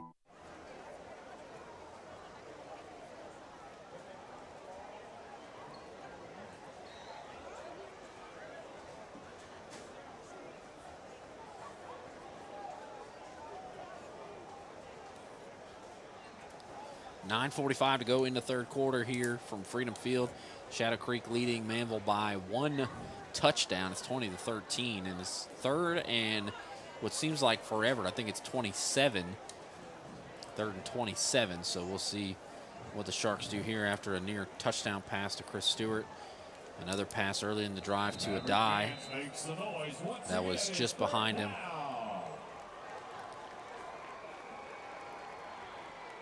Weary pointing and pointing and pointing. Coleman looking to pass. Steps up. Evades some pressure. And he's going to go down after a couple of yards gained. But Manville will get a stop, and we'll have to see a punt from Shadow Creek. Tommy Baker and the unit that handles the punting will come out now. 3-yard pickup there. 4th and 23. Number 12, Dante Mays, the deep man. And it's 42. Tommy Baker getting set. Looks like Mays and Cornell James back to return the punt. Baker has his feet set at the 10. The returners are both back at the Maverick 40. Punt is away, and it's a low line drive, and it's not going to take a very good Sharks roll as it goes out at the 45. So Manville will start in 21-yard punt out of bounds, no return. Not the best punt from Tommy Baker, unless that's what he was instructed to do, then he did a good job. But he's had some better punts this season. Averages 32 yards a punt. That was 21 yards. So a little under his usual punt.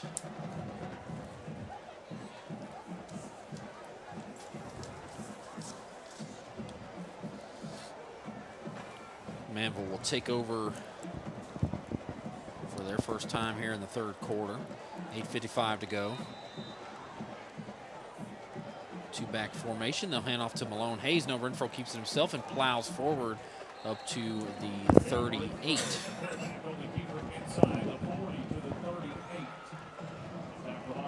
Gain of 7 there for Renfro after he faked the handoff to Malone Hayes. Tackled there by Jerome Bell, one of their best defensive players.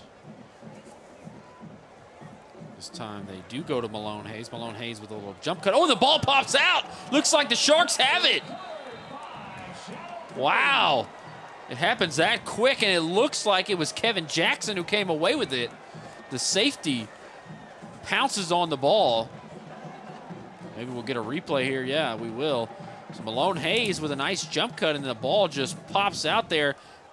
And it looks like a big hit there from Jerome Bell, who we just talked about, one of their best defensive players, popping it loose, and Kevin Jackson pouncing on it. A huge turnover for Manville, who started at the 45-yard line of Shadow Creek, already in enemy territory at the start of the drive.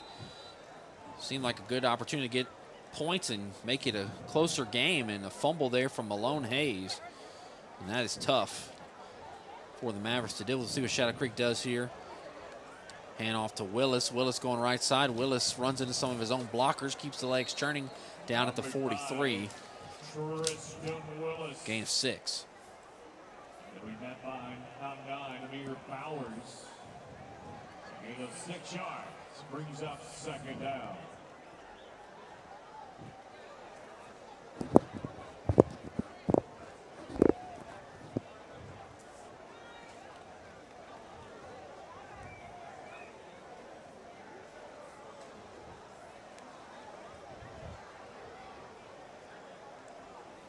Play clock down to 10 here. 2nd and 4. Their tempo is slowed down here in the second half. Coleman fires it out there into the flat and tackled after a first down, as that was Eno Beauchamp on the reception. And Beauchamp looks to be shaken up a little bit. Officials timeout for injury. Beauchamp near his own sideline is able to limp off real quick. A first down, but hate to see him injured there. Picks up 5. 7th first down for Shadow Creek.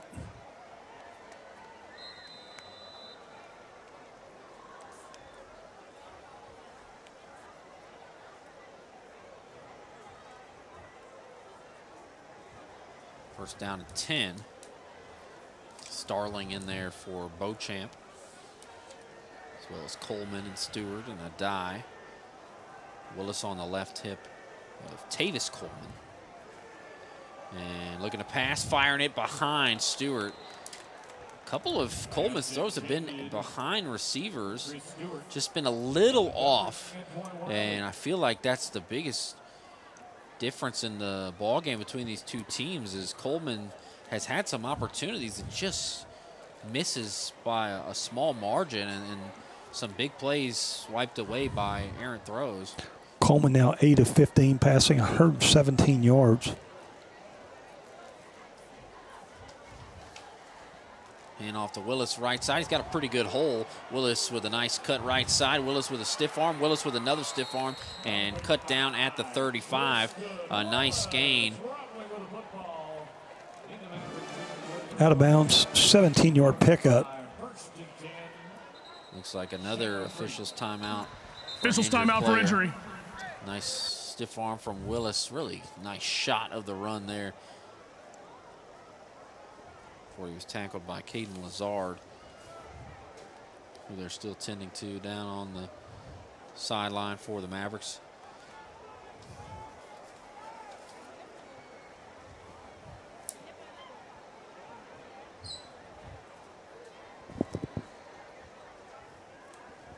.6:56 to go here in the third quarter.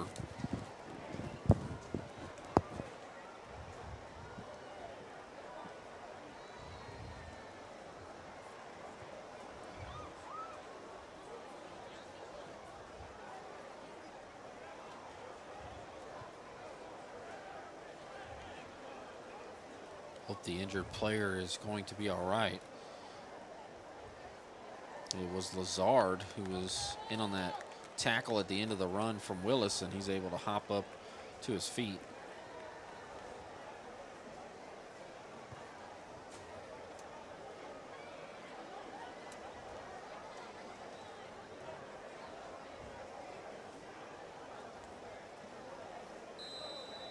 from Dyken Park.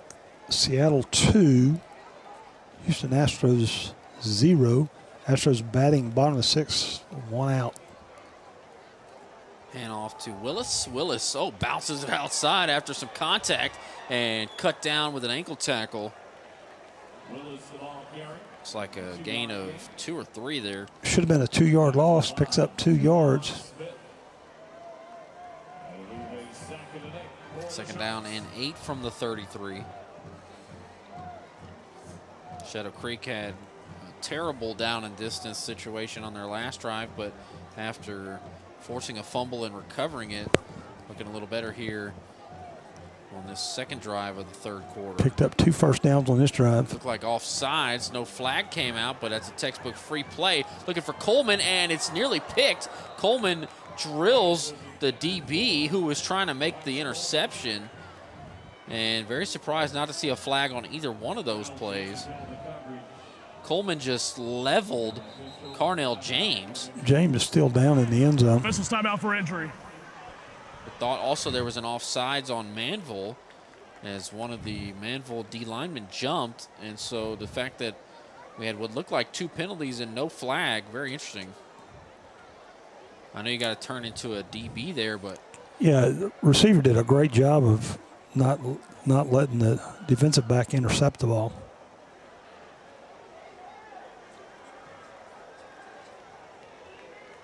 James still down in the end zone. Hopefully he's going to be all right.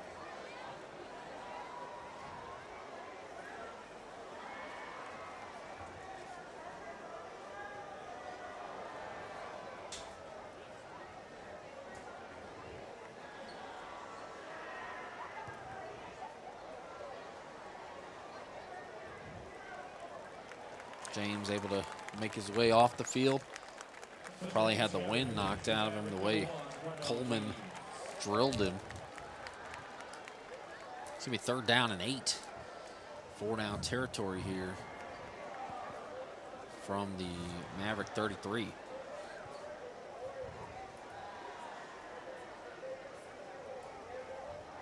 Trips to the right, one to the left.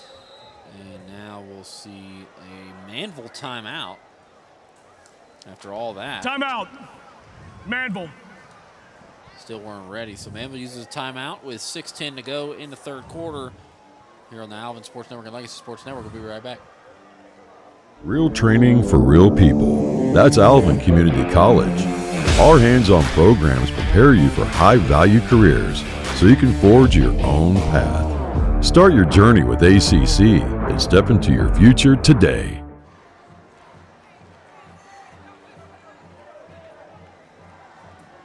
20-13, Shadow Creek leads by a touchdown, and they have the ball in Maverick territory. 3rd down and 8 with 6:10 to go in the third quarter.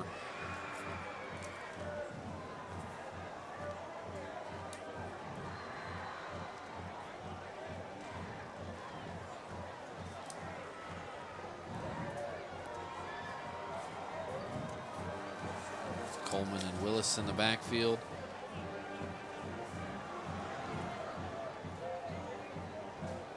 Stewart and a die at the bottom of your screen, a die actually underneath your screen there. 3 receivers to that right side, 1 at the top of your screen. And a low snap. Coleman's going to fire it out to Stewart. Stewart gets what looked like a block in the back, but they didn't call it. Stewart escapes an ankle tackle and drug down at the 21. Looks like a Maverick is shaken up on the other side of the field. Is he going to be able to get up? No, he collapses again, so another official's timeout. But crazy, the low snap, and they throw it to Stewart. Stewart was all official's alone. timeout for injury. Looks like Brayson Robinson maybe who's the injured player. 12-yard pickup, another first down.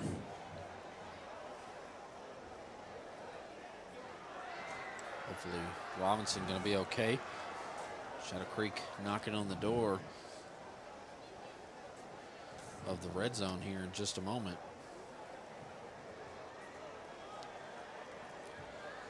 Still tending to Robinson.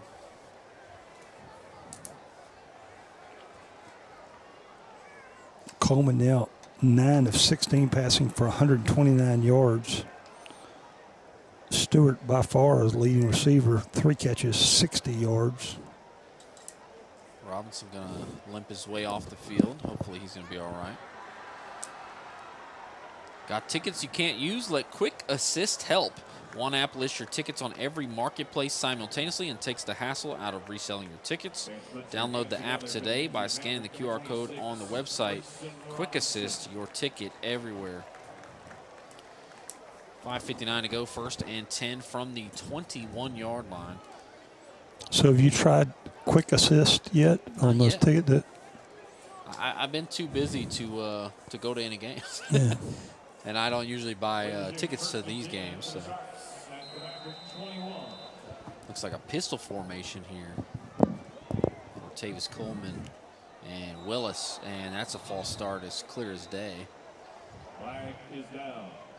So moving back to False 26. start. 53 on the offense. 5-yard penalty. Remains first down. The Sharks went like 6 plays without a penalty. Eight penalties now for 75 yards. Marcus West, the junior, with the infraction. 1st and 15. Moves the ball back to the 26-yard line.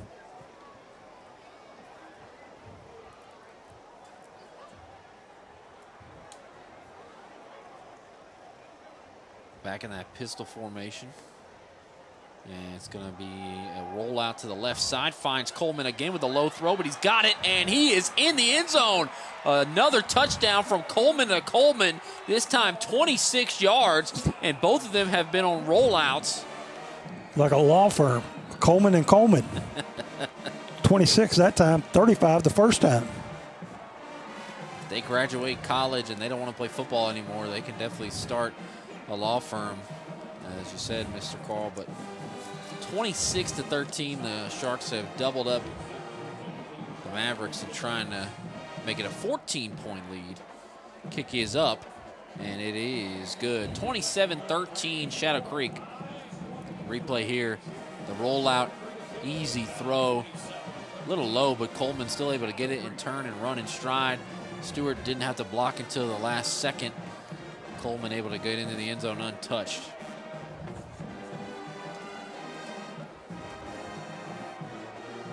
A 14-point lead for Shadow Creek with 5:20 to go.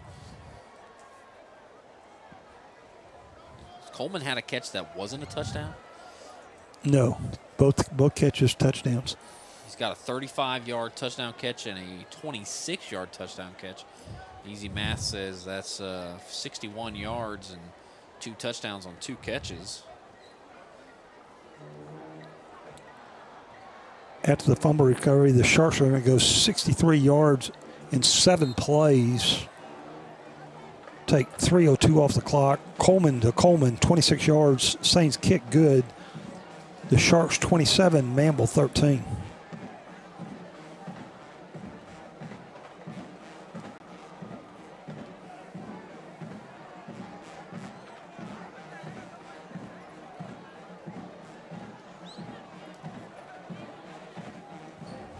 Delgado will kick it deep.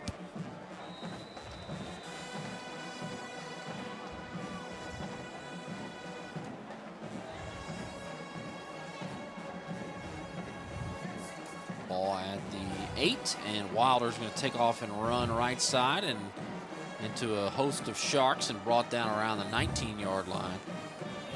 Well, they never really did bring him down. They just kept pushing the pile and ultimately blew it dead at the 20. Manville has faked that kind of end around on the return a couple of times, but I don't think they've ever actually done it.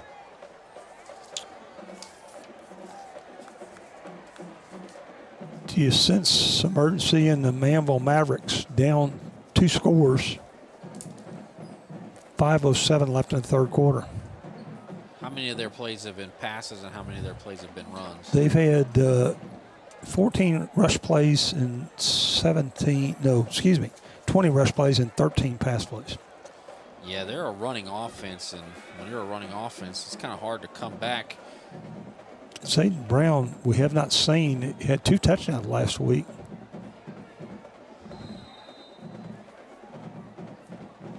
Renfro looking to pass, fires it deep, has double coverage and overthrows his intended receiver, Dante Mays.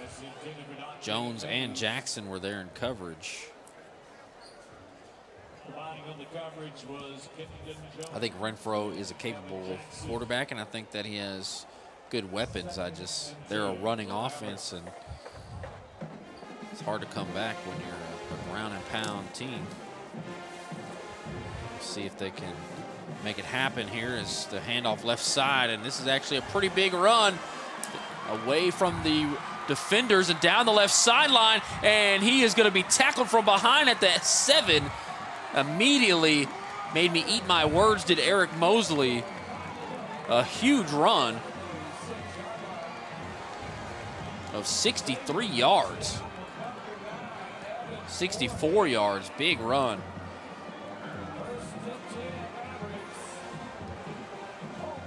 Barely caught a touchdown-saving tackle by Evan Moorhead, and Renfro will run right side. Flag is going to bring this back, and Renfro is drilled out of bounds at the 3. There's going to be a hold or something to call that back. Holding, offense number 9. Malone Hayes. 10 yards from the previous spot. Still, first down. There's a shark down on the field. Hopefully he's going to be all right. That's Carter Stewart. Officials timeout for injury.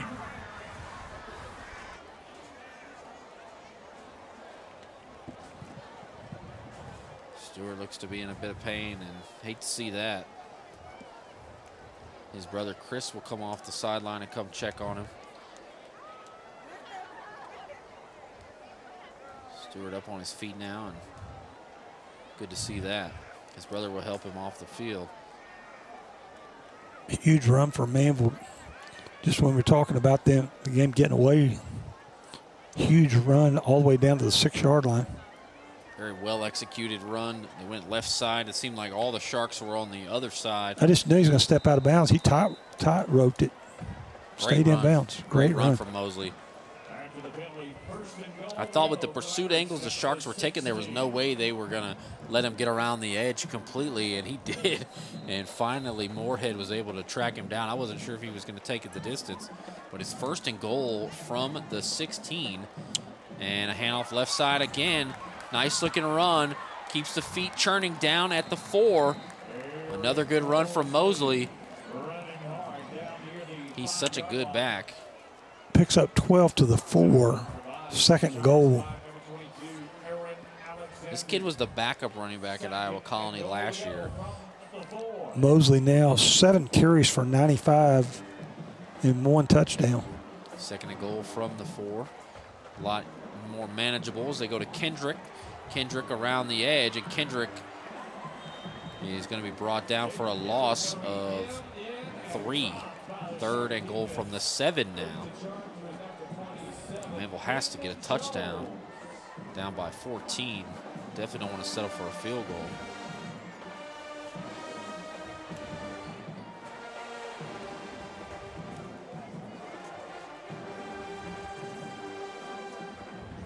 Switch out Malone Hayes for Cameron Fitzgerald late. See what they do here on 3rd and goal from the 7. Shotgun snap for Renfro. Quick throw out to Mosley. Oh, and it looks like he's got a chance to get in. He dives for the pylon. Scores the touchdown. 7-yard touchdown. That's the Eric Mosley drive. Mosley earned it all on that drive. Feed the hot hand. 27-19 the score. Manville will try to make it 27-20. They've got McClanahan lined up wide left, but they'll bring him in to kick the extra point and try to make it a 7-point game rather. Logan McClanahan, the sophomore. Kick is up. And it is good. 27-20 with 3:05 in the 3rd. Look at this play. Just get it to Mosley. Good blocking. Gets him a little seam. And he dives for the pylon, adjusting in midair through the contact. A great play. 27-20. Be right back here on the Alvin Sports Network and Legacy Sports Network. You've got a lot to manage. Houston Methodist has a lot to offer. Convenient primary care, personalized orthopedics, and the latest cancer treatments in one manageable system. That's the difference between practicing medicine and leading it, for you. Houston Methodist, leading medicine.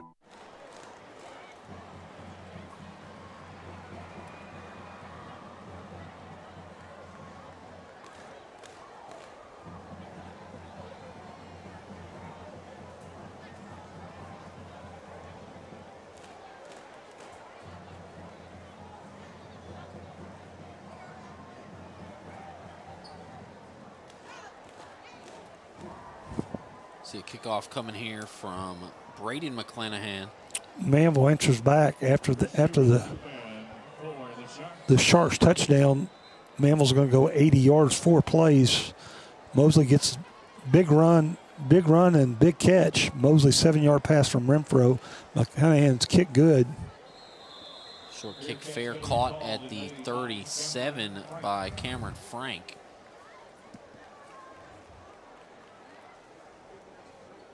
Looked like he had a little bit of room to run if he wanted to. It wasn't a super high kick, so Manville wasn't in his face when he made the fair catch.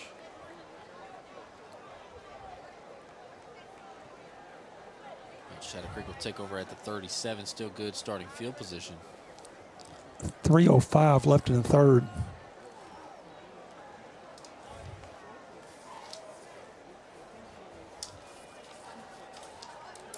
First and 10, Shadow Creek from their own 37. Trips to the right, one to the left. Willis on the right hip. Coleman with a low snap. He'll dump it off to Willis. It worked for Mosley. Let's try it to Willis, but a big tackle there.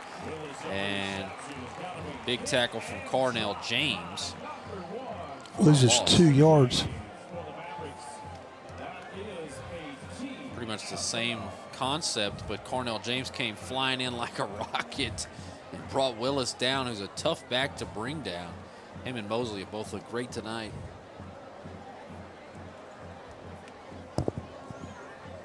Malone Hayes hasn't been quite as good as Mosley, and we haven't seen Zayden Brown at all, who's looked pretty good this season. They'll go trips to the left this time.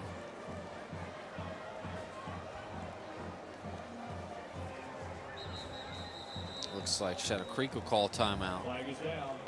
Delay a game. Oh, no, delay a Number game. 4 of the offense. 5-yard penalty. Remains second down.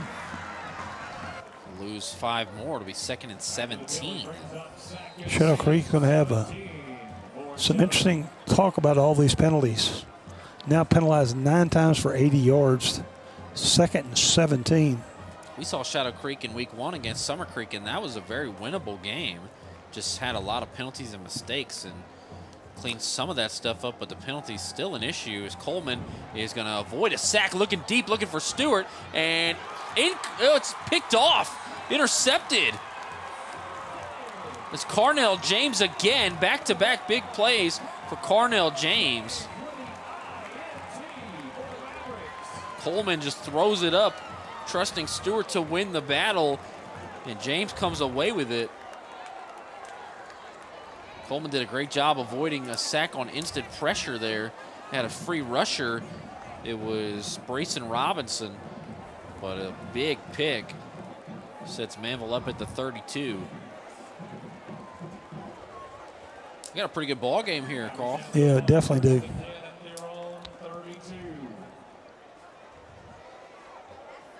Manville with a chance to tie it with the touchdown here.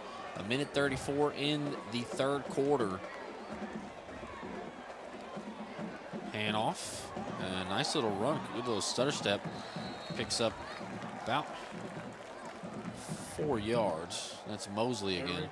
It was all Mosley on that last drive, and they're going to keep going to the hot hand. It's a good thing about having a stable of backs that you can utilize. Mosley now 8 carries for 99 yards. Came into the game averaging 13.6 yards per carry. Wow. Unbelievable stuff from Mosley. And Renfro fires it, has Kendrick, but it's a little high. 3rd down and 6. Faked the screen and then threw it in between the defenders and almost worked, just a little high on that throw. maybe a little lower and towards the sideline, and perhaps he could have completed that. See if Shadow Creek can get a stop here, get the ball back. Renfro looking to pass, fires it to St. Junius, who gets walloped from behind. Sherrard laid the boom, and then Tommy Baker gave him a second helping.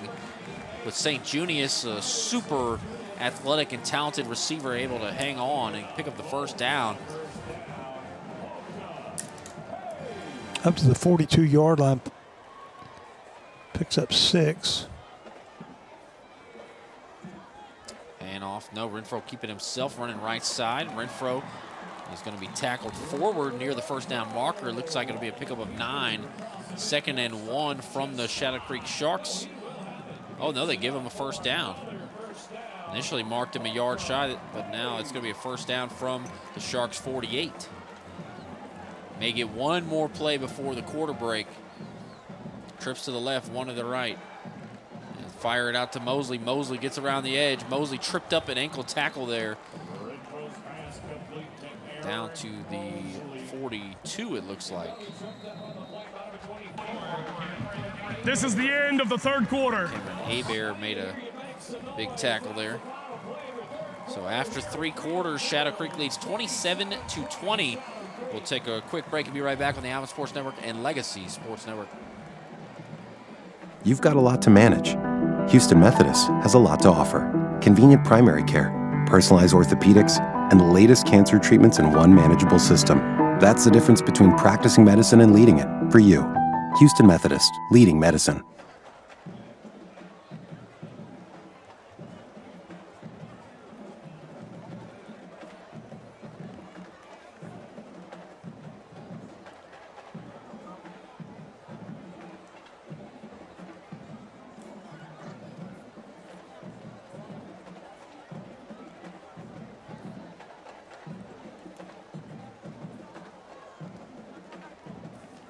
Start of the fourth quarter here at Freedom Field. Shadow Creek up by a touchdown. Manville trying to do something about that. As we begin the fourth quarter, playing 2nd and 4 for the Mavericks at the Shadow Creek 42.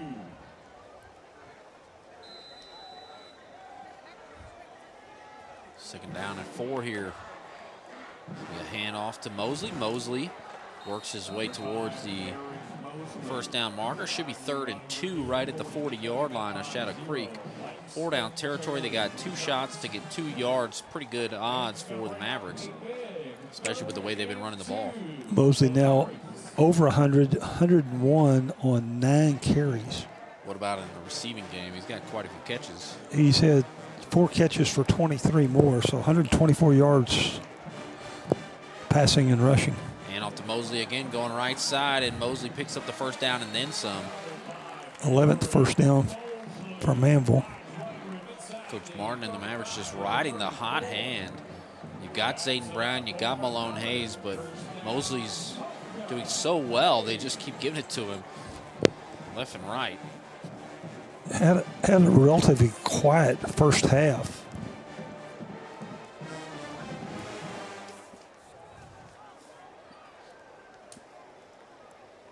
Clock runs under 11 minutes left.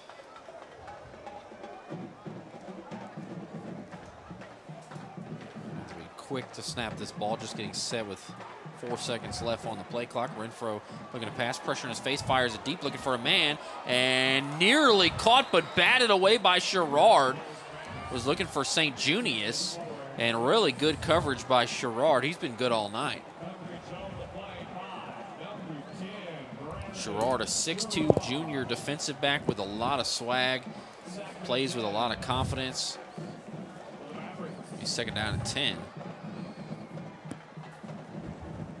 Not a lot of DBs can just match St. Junius.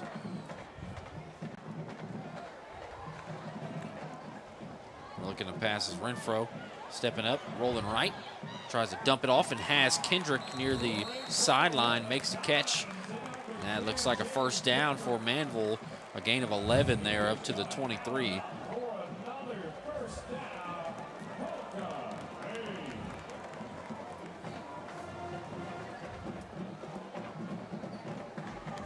trips to the left, one to the right. Manvel moving quickly. And a handoff going right side and slips an ankle tackle and still stays in bounds. Finally steps out. Picked up three more yards. Did not go out of bounds. Mark him at the 19. Tightrope down that sideline. Mosley, a good-looking running back. He's played very well and just continue to go to him here. 2nd and 6, looking to pass. Renfro fires it to St. Junius, and St. Junius cannot get it as Sherrard knocks it away again. The ball popped up in the air. Sherrard is very excited in the end zone after knocking that away. He's played St. Junius so well. I'm surprised their man, St. Junius. He's a very good athlete, very tall, got great hands. 6'3" receiver and a 6'2" corner. They go to Mosley left side. He's going to get around the edge and wrapped up and brought down at the 17, a couple of yards shy. Going to be 4th and 4. Nice open field tackle there for Shadow Creek.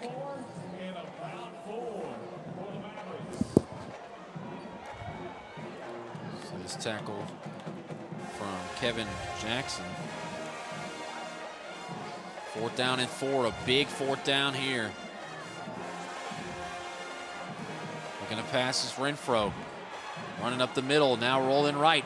Nowhere to go, he's not going to get there. A turnover on downs.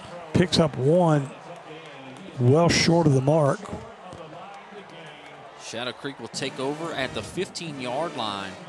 And a huge stop for the Sharks. Still up by 7, a chance to run some clock, maybe score again and make it a lot harder for Manville. That was a big play in this ball game.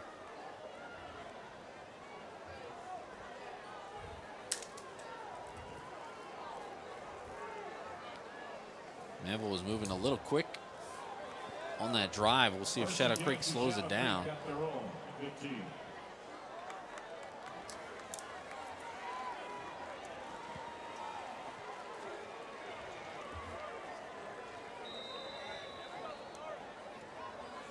See what the Sharks do here on 1st down.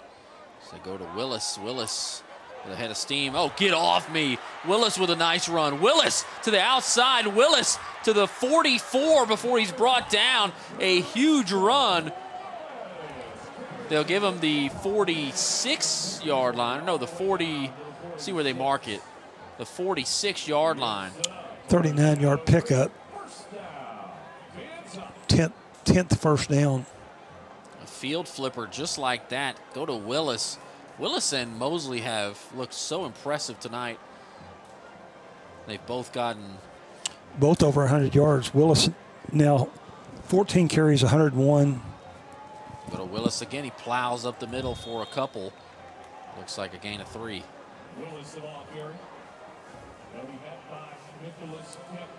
Clock nearing 8 minutes and 45 seconds left, and Shadow Creek in the driver's seat here at the Manville 43-yard line.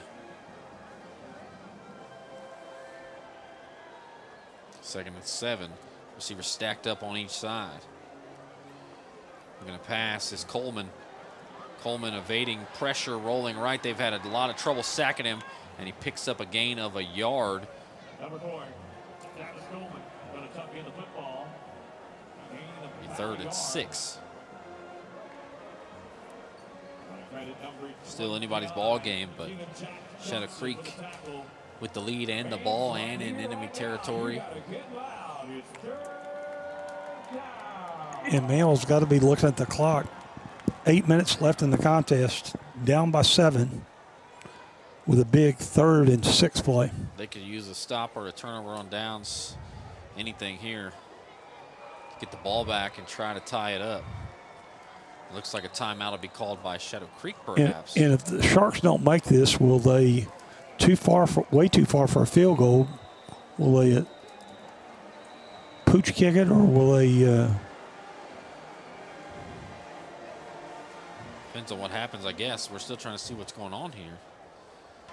Would the clock operator please put 7 minutes, 46 seconds on the clock? The clock will start on my ready. So no penalty or timeout there. I thought it'd be one of the two. And now the clock will start to roll. Coleman looking. Coleman avoids a sack. Coleman fires it over the middle, hits a die, and that's a first down, a big first down for Shadow Creek. Pickup of 12. They needed 6. And a die who has stepped up in Stewart's absence with a big play there. Adai's third catch of the night.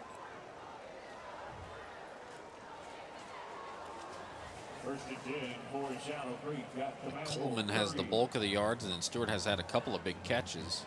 Coleman now 12 of 20 passing for 165 yards. Hand off to Willis and bounces outside. Willis, a nice run again, lowers the shoulder, cut down at the 14, again a 16 for Willis, and a first down again. A back-breaking drive here for the Sharks. Simple run towards the right tackle. It just gets away from everyone. Bounced it outside.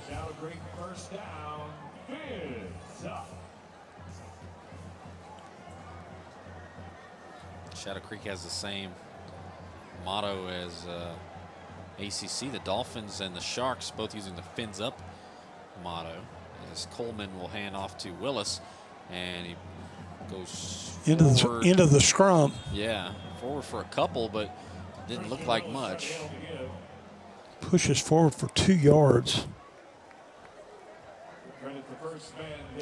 Got to give credit to Jonathan Sanford, the PA guy. He's got to do a home announcement for both teams. That's it. You get the fins up, you get the Hoka Hay. Normally you just get the home team, and nothing slogan related or anything like that for the opposing team, but a couple of teams who share the Alvin ISD facilities here at Freedom Field.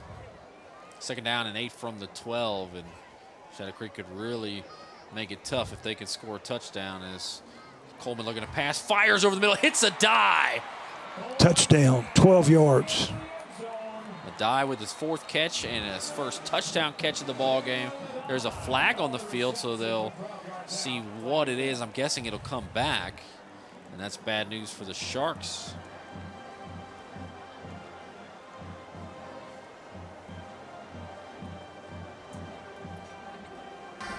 Before the score, illegal man downfield, number 51 of the offense.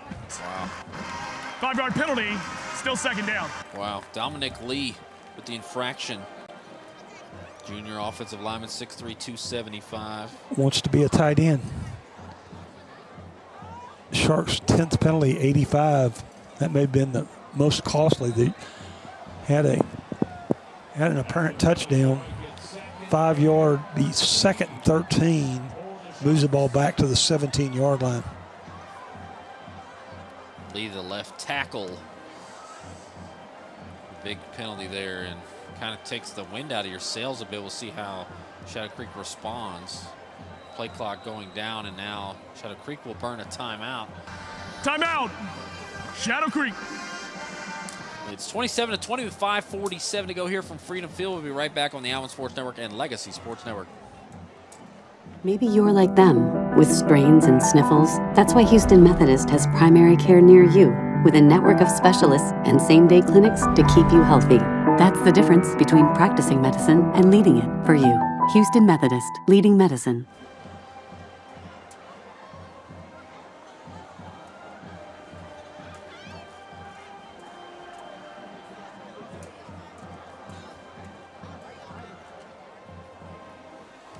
.547 to go, 27-20. Shadow Creek leads, and they have the ball in Maverick territory, but it's 2nd down and 12 from the Maverick 17.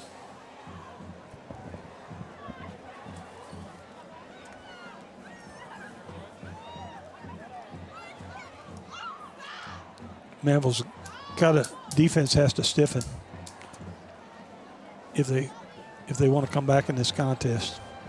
Even holding them to a field goal would be huge.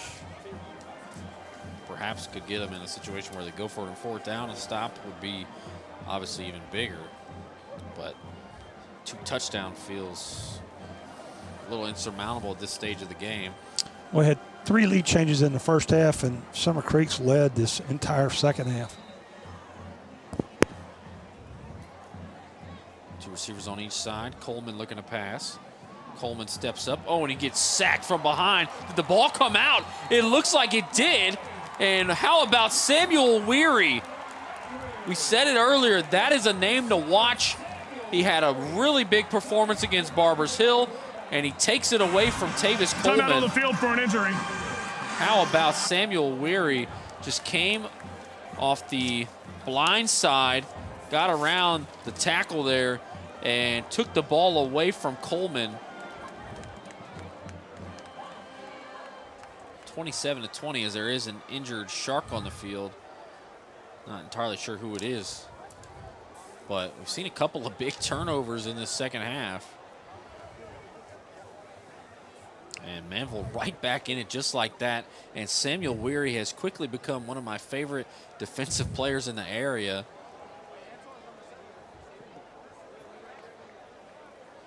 Going up against Barbers Hill, he knocked a pass up in the air, caught it, and ran a good ways downfield with it. And then on the very next passing play on defense, he batted another ball in the air, and it was picked off by the defensive tackle. I think it was big number 99, Amir Bowers, who got to run a good distance.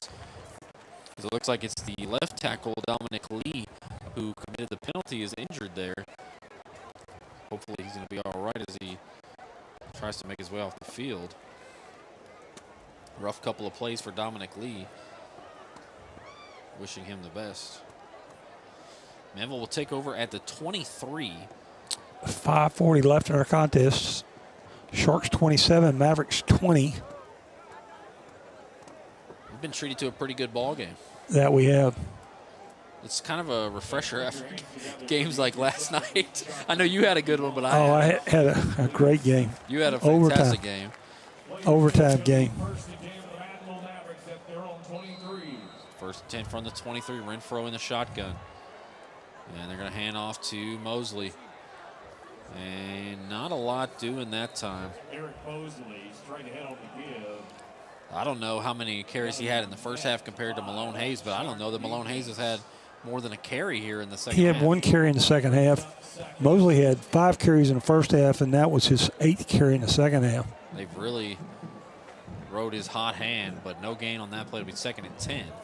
Renfro looking to pass. Renfro firing it deep, looking for a man, and it's going to be incomplete. There is a flag. It looks like it'll go on Kendon Jones. Kevin Jackson was also in the vicinity as he was looking for Dante Mays, the Shadow Creek's quarterback last season after Stewart went out with an injury.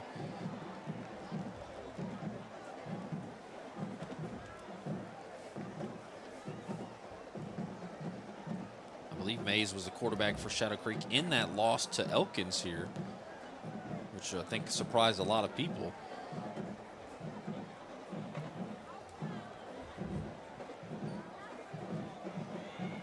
$15-yard penalty. Passing interference. Defense, number 27. It's a 15-yard penalty and an automatic first down. 11th penalty for 100 yards on the Sharks now. It's tough to win when you make that many penalties and give up that much yardage. 13th first down for the Mavericks. 1st and 10 from the 38. And off to Mosley. Mosley spins and he's ultimately struck down by a host of Sharks. Man, look how many Sharks there are around him. And now there's a flag as it looks like one of the Sharks players is really getting into it with the Mavericks. Looks like that was Carter Stewart providing some. I think there was a little bit of talking going on right there. Yeah, it looked like Stewart was all up in the face. Yeah, it's kind of getting chippy here.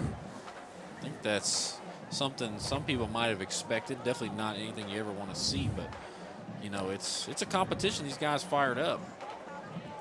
I know that official threw that flag, and it came kind of press box high. He was had a lot of intent. Yeah, man. Still waiting to see what the call is. But Mosley took 7 Sharks to bring him down. It was 1-on-7. It's kind of like. And he was running back toward the Manville bench. Reminded me of that Amir Garrett fight with the Reds against the Pirates a couple of years ago. Could be an unsportsmanlike. After the play, dead ball, unsportsmanlike conduct, number 99 of the defense. That'll be 15 yards added to the end of the play, and an automatic first down. 99 of the defense. They don't even have a 99. There is no 99 for the defense, so no clue. Moves it up to the 49-yard line. Manville with a gift there. 115 yards on 12 penalties. Instead of a big loss, they get a first down, and they're into Shadow Creek territory, and Renfro's going to be dropped like a sack of potatoes. Jerome Bell there to bring him down, and a loss of about 7 yards. Man, Jerome Bell came right through the offensive line.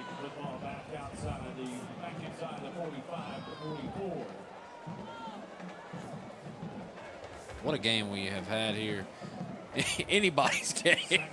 Every time something happens good for one team, the other team makes up for it with a big play the next. Two teams that are pretty evenly matched here.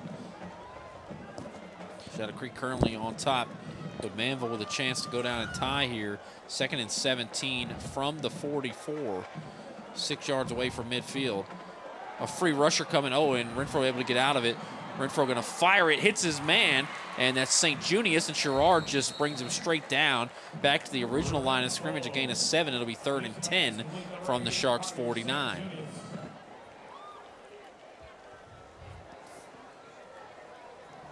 St. Junius' 5th catch, now 41 yards. Renfro now 180 yards passing, 13 of 21. Big 3rd and 10 here. Likely 4-down territory unless they get a big sack or something. 3:30 left. Renfro looking to pass, and he fires it to Kendrick. Kendrick picks it up, and Kendrick's going to have a first down. It looks like he's right near the marker, and he indeed does have a first down. He needed 10 and got 10. Worked out perfectly for number 10, and Manville still with the ball. A lot of 10s on that play. Yeah. 10 catches it for 10 yards and needed 10. Manville moving quickly here, and they hand off to Mosley right up the middle, and he breaks an ankle tackle, reverses field. He's still up. He's getting a block from Renfro, and he's cut down at the 26. A nice run from Mosley of 14 yards. Man, that kid is special. You can't get him with an ankle tackle. Now 130 yards on 15 carries. A very well-deserved, hard-earned 30 yards. They put Malone Hayes in there to give Mosley a breather. I'm guessing they'll throw the ball here. We'll see what they do. Haven't let Malone Hayes carry it in quite a while. After the fumble recovery, Manville now with 4 first downs on this drive. Motion a man across, and Renfro runs into the receiver. And Need it down. Yeah, he needed down. That is wild.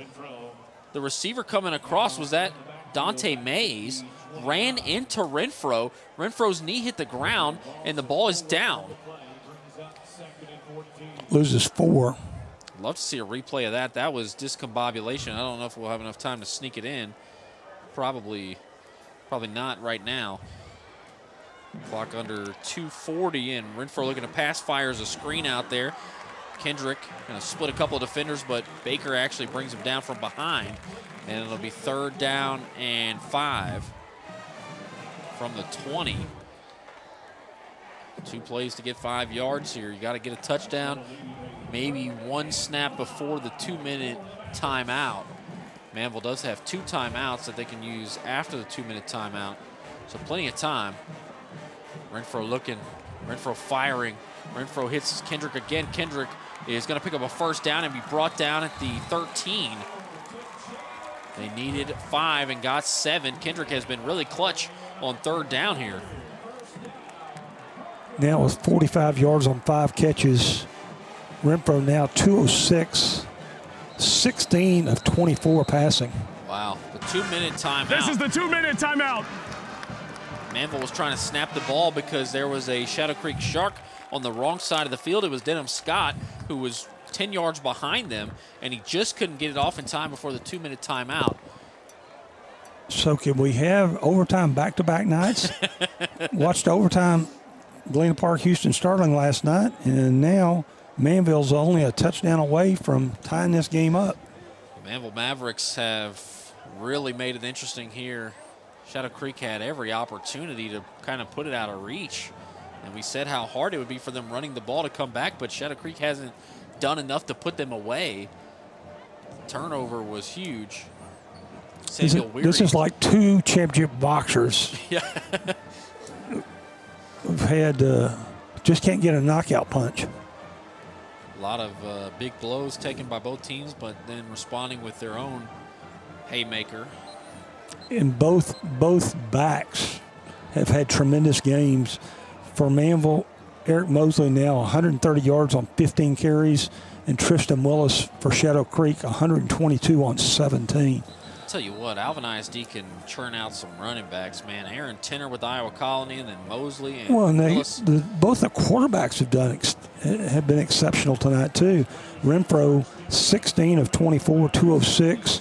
Coleman for the Sharks 12 of 20 for 165 yards. How about both number 7 star linebackers, Jerome Bell and Weary, as they'll go left side. It looked like the fullback was in on that play. Renfro carries it forward, and they'll push him down to about the 9, as that was Elijah Phillips, a senior in the backfield there on the read option.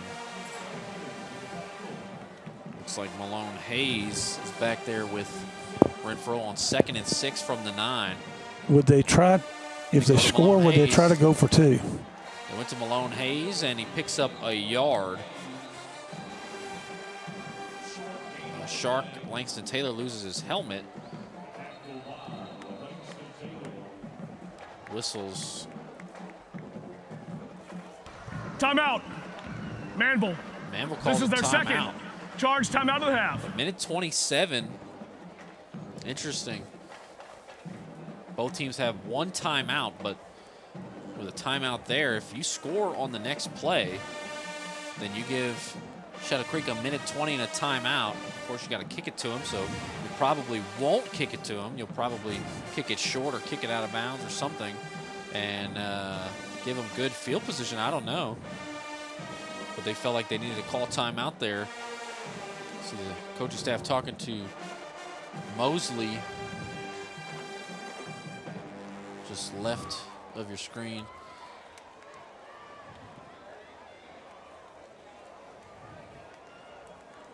We'll see. A game like this, such an evenly matched contest, clock management might be the difference. Looks like once again it's going to be Malone Hayes. Mosley just maybe walking a little gingerly, and perhaps that's why he's not in the ball game. Big play here on 3rd and 5 from the 8-yard line. Renfro looking to pass. Renfro rolling right. Renfro fires incomplete to no one, and a huge 4th down for the game coming up on the next play. Both teams with one timeout. The clock is stopped at a minute 23. Probably the biggest play of the game, Carl. No question. And the next biggest was that touchdown that got taken off the board. Here's Mosley back out there. Malone Hayes will come off. Play clock down to 10 seconds. Manville going to have to get set. And it looks like Manville will call timeout. They did not like how slow they were to get out there and get set up. This is their final timeout of the game. So Manville has no timeouts. If they do not pick this up, they will lose the ball game. A minute 23 to go here on the Alvin Sports Network and Legacy Sports Network. Real training for real people. That's Alvin Community College. Our hands-on programs prepare you for high-value careers so you can forge your own path. Start your journey with ACC and step into your future today.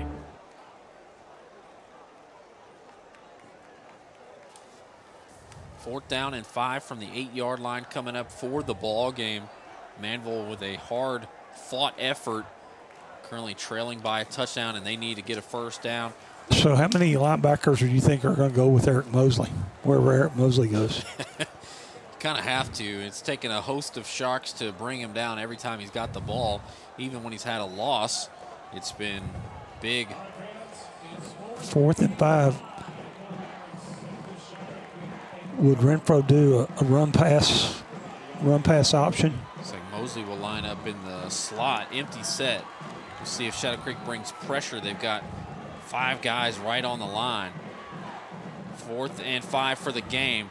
Renfro steps up. Renfro drops it, and it's intercepted. Looks like that's Stewart going right side, and Stewart runs out of bounds. And that's going to do it for Shadow Creek. Carter Stewart seals it with an interception of Renfro in the end zone. We'll see victory formation and a Sharks win.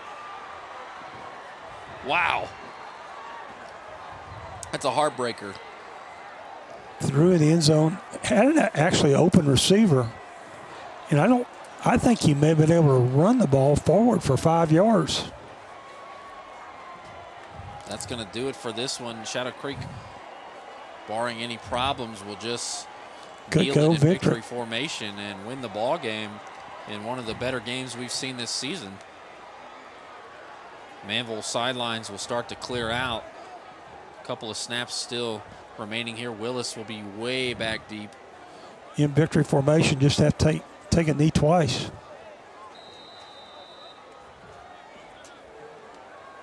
Knee there. There's the first one. From Coleman.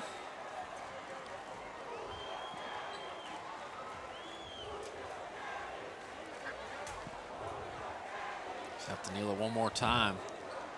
What a ball game it was here at Freedom Field.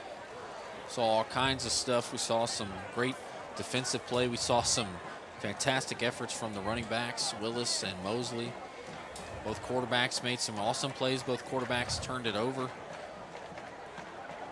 One more kneel down, that'll do it. I think we saw 2 picks.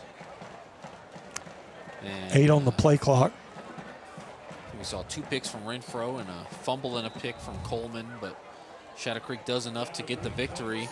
They'll improve to 3-1 as there's a flag flying in. I'm guessing it's unsportsmanlike conduct. Flag just flew in there. I don't think it'll be of any consequence. Our teams have already lined up for the handshake. So not going to be important. They pick up the flag, but Shadow Creek wins it 27-20 here at Freedom Field. Carl, what's the verdict? What do you think about that matchup that we just saw? Unbelievable all game. I think these two teams are playoff teams. I think these are Pearland, and it's these two teams are going to be in the mix for state playoffs. And I think both of these teams could go 2 or 3 rounds in the playoffs. Both these two teams have great athletes, great coaching, great hometown rivalry. Great ball game tonight. Alvin ISD matchup here at Freedom Field. Not really a home game or an away game for either team. Shadow Creek on the far visitor sideline, but just as much a home game for them, and a great crowd tonight. And Manville loses a heartbreaker on an interception in the end zone. And just got to give props to Eric Mosley, Tristan Willis, Coleman and Renfro, everybody out there playing their hearts out. Great performances from Jerome Bell and Samuel Weary, the linebackers wearing number 7. Anybody else we need to shout out? Tristan Willis, touchdown run, and set up 2 with the long runs. So Tristan Willis, outstanding ball game, 122 rushing on 17 carries. Had a great performance for sure. So Shadow Creek wins it 27-20. Evan Geiger and Carl Thies for Alvin Sports Network and Legacy Sports Network. Thank you so much for watching. Have a great night.